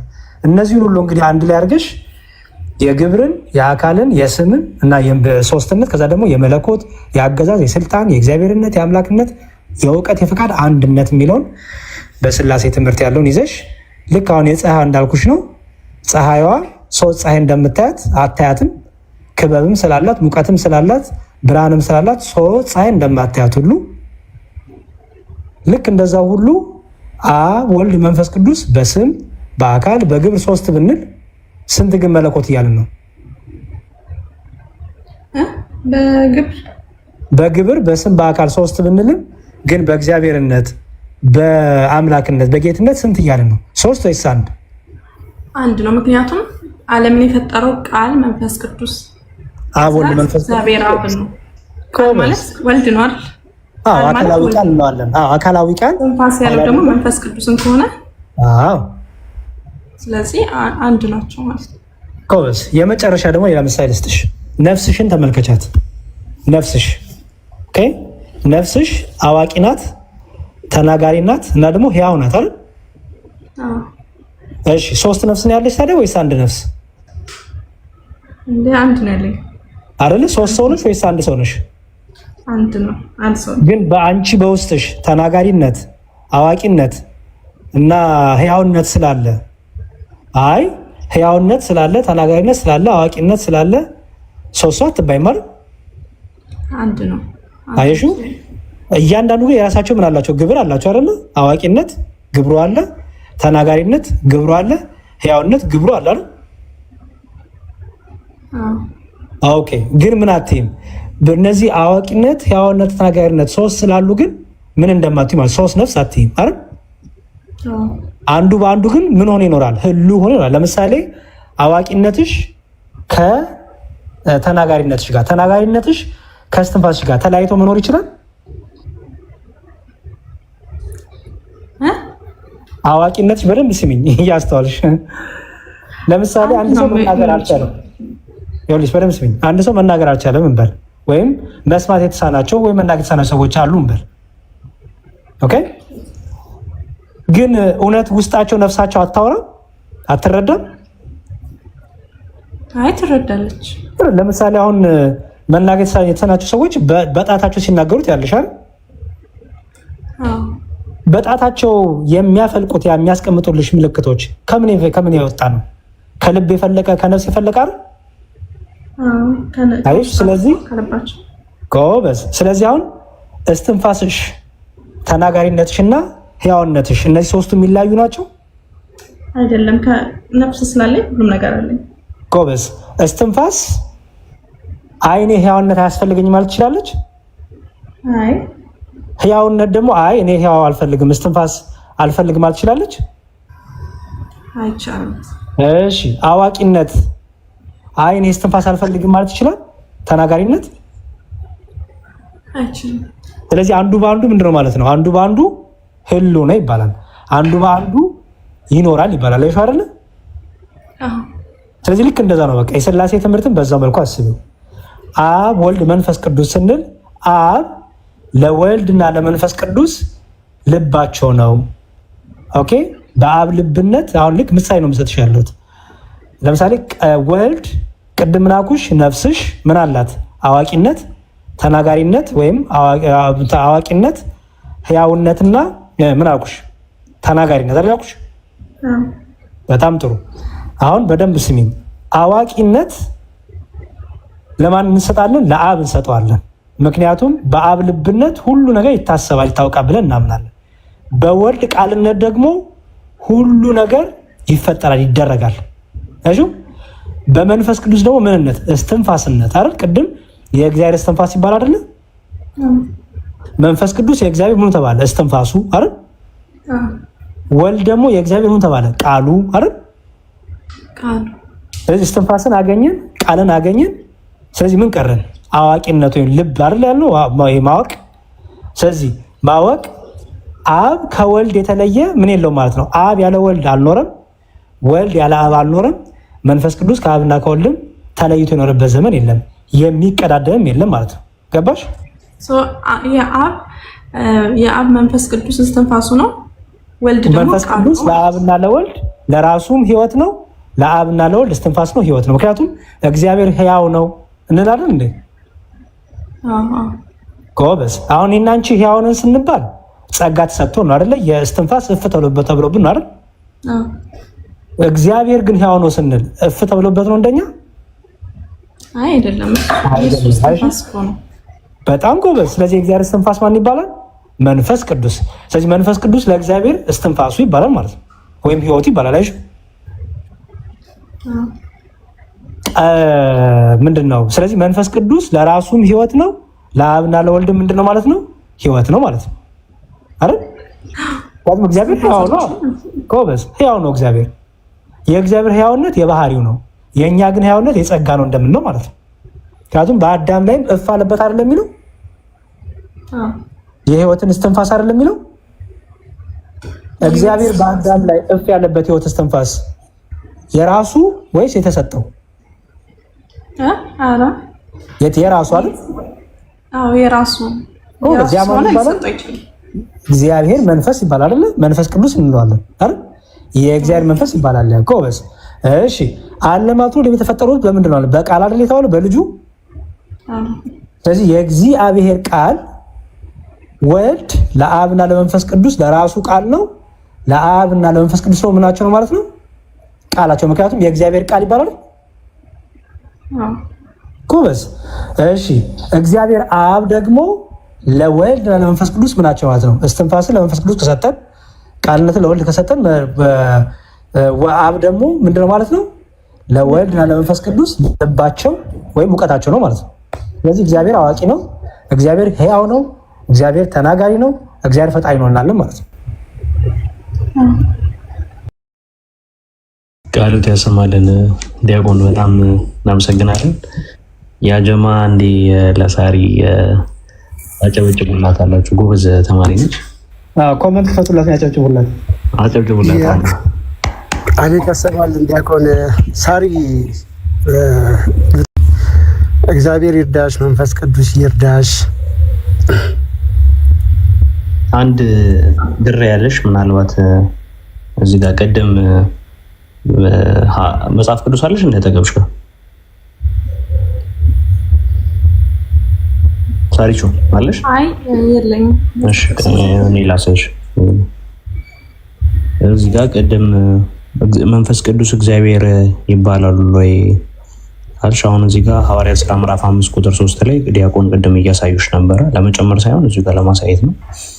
እዚህ ላይ አሁን ጴጥሮስም ሐናንያ ሆይ መንፈስ ቅዱስን ታታልላለህና ተባለ። ስለዚህ መንፈስ ቅዱስን እንደሚያታልል ከተነገረው በኋላ እዚህ ጋር ከተነገረው በኋላ ቁጥር 4 ላይ ተመልከቱ። እዚህ ላይ መንፈስ ቅዱስን ተብሎ ተነግሮታል፣ ተጠቅሷል። ስለዚህ ሳትሸጠው ያንተ ነበረምን? ከሸጥከውስ በኋላ በስልጣን አልነበረምን? ይህን ነገር ስለምን በልብህ ታሰብህ ብሎ ማንን እንትን ትላለህ? እግዚአብሔርን እንጂ ሰውን አልዋሸህም። ስለዚህ መንፈስ ቅዱስ የተባለው እግዚአብሔር እንደሚባል እዚህ ጋር ሳይቶሻል። መንፈስ ቅዱስም እንደሚፈጥር የእግዚአብሔር መንፈስ እንደሚፈጥር በኢዮብ 34 ላይ እንዲሁም 33 ላይ አሳይቶሻል ዲያቆን። ስለዚህ ተመለከትሽ አይደለም? እዚህ ላይ መንፈስ ቅዱስ ማለት እግዚአብሔር ስለመሆኑ እዚሁ ጋርም ይነግርሻል። ቅድም አልሽና ቆም ስላደረግሽ ነው ሰምቼሻለሁ። ጎበዝ በርቺ፣ እንደዚሁ ቀጥይ። ያው ዲያቆን በደንብ እንትን ይሉሻል። ከኔ ጋር ብዙ ተማምረናል። አሁን ደግሞ ከዲያቆን ጋር ትቀጥያለሽ። በጣም ትሁት ናቸው። የመጀመሪያ ንስሐ ልጃቸውም ትሆኛለሽ። እንግዲህ ዛሬውን ሄጄ መስቀል እንዲዘል ታደርገኝ ነው ግድ ነው። ሳርዬ ክርስቲያኖች አብ ወልድ መንፈስ ቅዱስ ሲሉ ሶስት አምላክ እያሉ ሶስት መለኮት እያሉ ሶስት እግዚአብሔር እያሉ እንዳሉ ገባሽ አይደል? አዎ። ግን ያው ማለት አሁን ሌሎችም እንደዚህ ይሄን ነገር ቢገባቸው እኔ አሁን በፊት እንደዛ ነበር ይመስለኝ። ማለት ሶስት እንዴት ያመልካሉ የሚለው ነበርና አዎ፣ እንደዚህ አይነት ነገር ሌሎችም ቢማሩና ቢያውቁት በጣም ደስ ይለኛል። አዎ። ችግሩ እኮ መሰለኝ ሳርዬ፣ ችግሩ ክርስቲያን አሁን ይሄ የክርስቲያኖች ትምህርት ነው አይደል? ክርስቲያኖችን እንዲተረጉሙላቸውና እንዲያስረዱላቸው መጠየቅ ሲገባቸው ሙስሊሞች ሆነው የሚያስረዱት። ሙስሊሞች የራሳቸውን መረዳት የራሳቸውን ዝም ብሎ ያስቀምጣሉ። ክርስቲያኖች ግን መጽሐፍታቸውን የሚያነቡት እንዴት ነው የሚረዱት፣ ቤተክርስቲያን እንዴት ነው የምትረዳው የሚለው ትክክለኛ መረዳት ያለው እኛ ጋር ነው። ምክንያቱም የምናምነውን የምናውቀው እኛ ስለሆነ። ስለዚህ አንቺ በርቺ። አንቺ ከተለወጥሽ ሌሎቹንም ማስረዳት መቅረፍ ትችላለሽ ብዬ አምናለሁ። ስለዚህ ምንም አታስለፊኝም። በደንብ አውራሻለሁ፣ ችግር የለውም። በደስታ ነው የማውራሽ። እሺ በርቺ፣ እግዚአብሔር ከአንቺ ጋር ይሁን። አሜን። አይ ግን አሁን እዚሁ ላይ በአማለት አሁን የሆነ ትምህርት አይቼ ነበር እንደዚሁ በሶሻል ሚዲያ ላይ ማለት የሚመስለኝም የነበረውም ታቦት ነው በሚል ነበር። የሆነ ሰዓት ላይ እንደዛ ገምት ነበርና እንደዛም ብሎ ያስተማረ ሰው ነበር እንደዚሁ በንጽጽር ላይ ማለት ነው። እና አይ ቲንክ ካለማወቅ ሊሆን ይችላል። ማንኛውም በጣም አመሰግናለሁ። በጣም ያስጨነቀኝ ነበር። ዋናው ይሄ ነውና ይሄ ታውቅ ሌላው ቀስ ብዬ መማር ይችላል። ችግር የለም። በውስጥ አስተምሪያለሁና አመሰግናለሁ።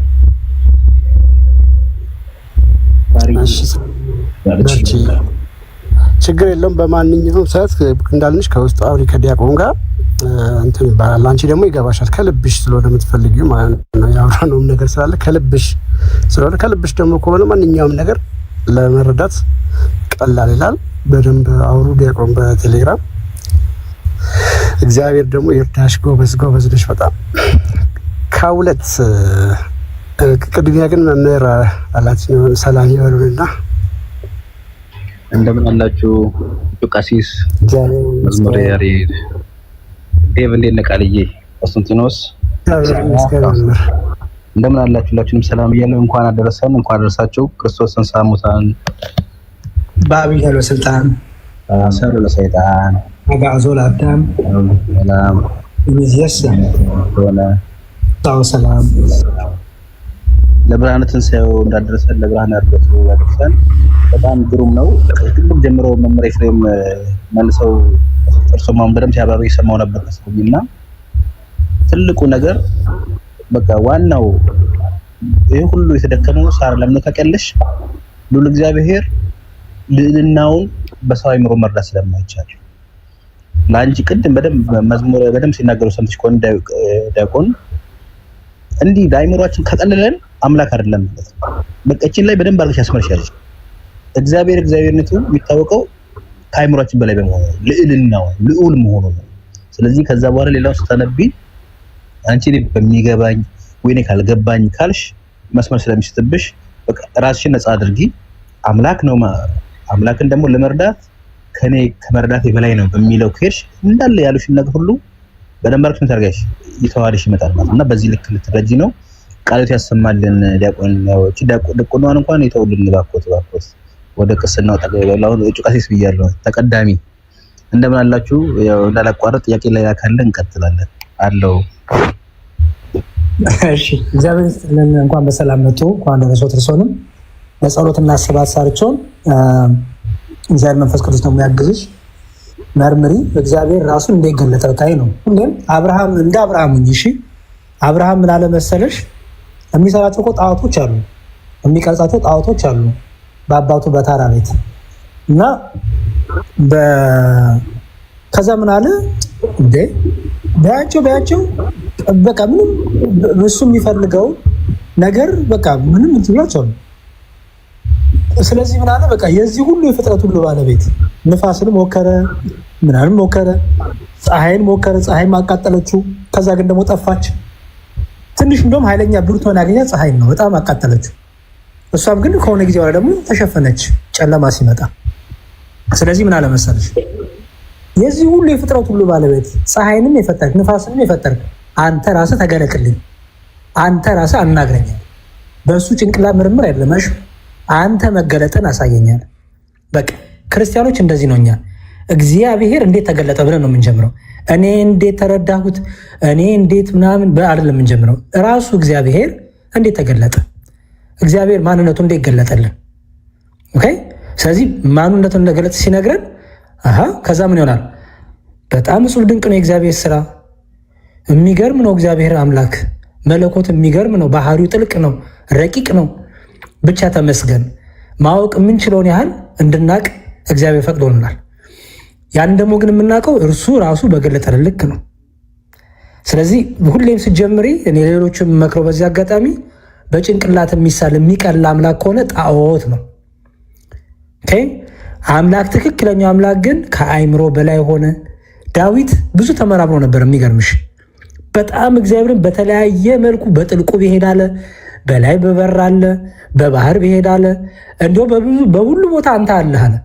የሌለህበት የለም። በቃ ከአይምሮ በላይ። ስለዚህ ምን አልመሰለሽ በጣም ቢደንቀው ዳዊት የመጨረሻ የተናገረ አቃላለች ምን የሚል እግዚአብሔር ትልቅ ነው አለ። አይገርምም? እግዚአብሔር ትልቅ ነው። በቃ ምን ያርገው ቢለው ከአይምሮ በላይ ሆነበት እግዚአብሔር። ስለዚህ ምን አለ? እግዚአብሔር ትልቅ ነው አለ። በቃ በምን ቋንቋ ይግለጸው? ሰውኛ ነገሩ ራሱ ገደበው። አየሽ፣ ተፈጥሮ ራሱ ገደበችው። አምላክ እንደዚህ ነው እንጂ እንዲሁ ቅልል ያለኝ ለጭንቅላት የሚመቸኝ እንዲሁ በቃ ምን ከሆነ ወደ ጣዖት የሆነ ሽወዳ ውስጥ ራስን ወደ ማታለል ውስጥ እየገባን ነው ማለት ነው። እና በደንብ አስተዊ። እግዚአብሔር ደግሞ ይረዳሻል። በጣም ጥሩ ጭንቅላት አለሽ፣ ጥሩ ልብ አለሽ። የሚመረምር የሚያውቅ ልብ ደግሞ መንፈስ ቅዱስ በጣም ነው የሚከፍተው ጥበብ ማስተዋልን። እና ጥበብና ማስተዋል ለአንቺም ለእኛም ለሁላችንም ያድለን።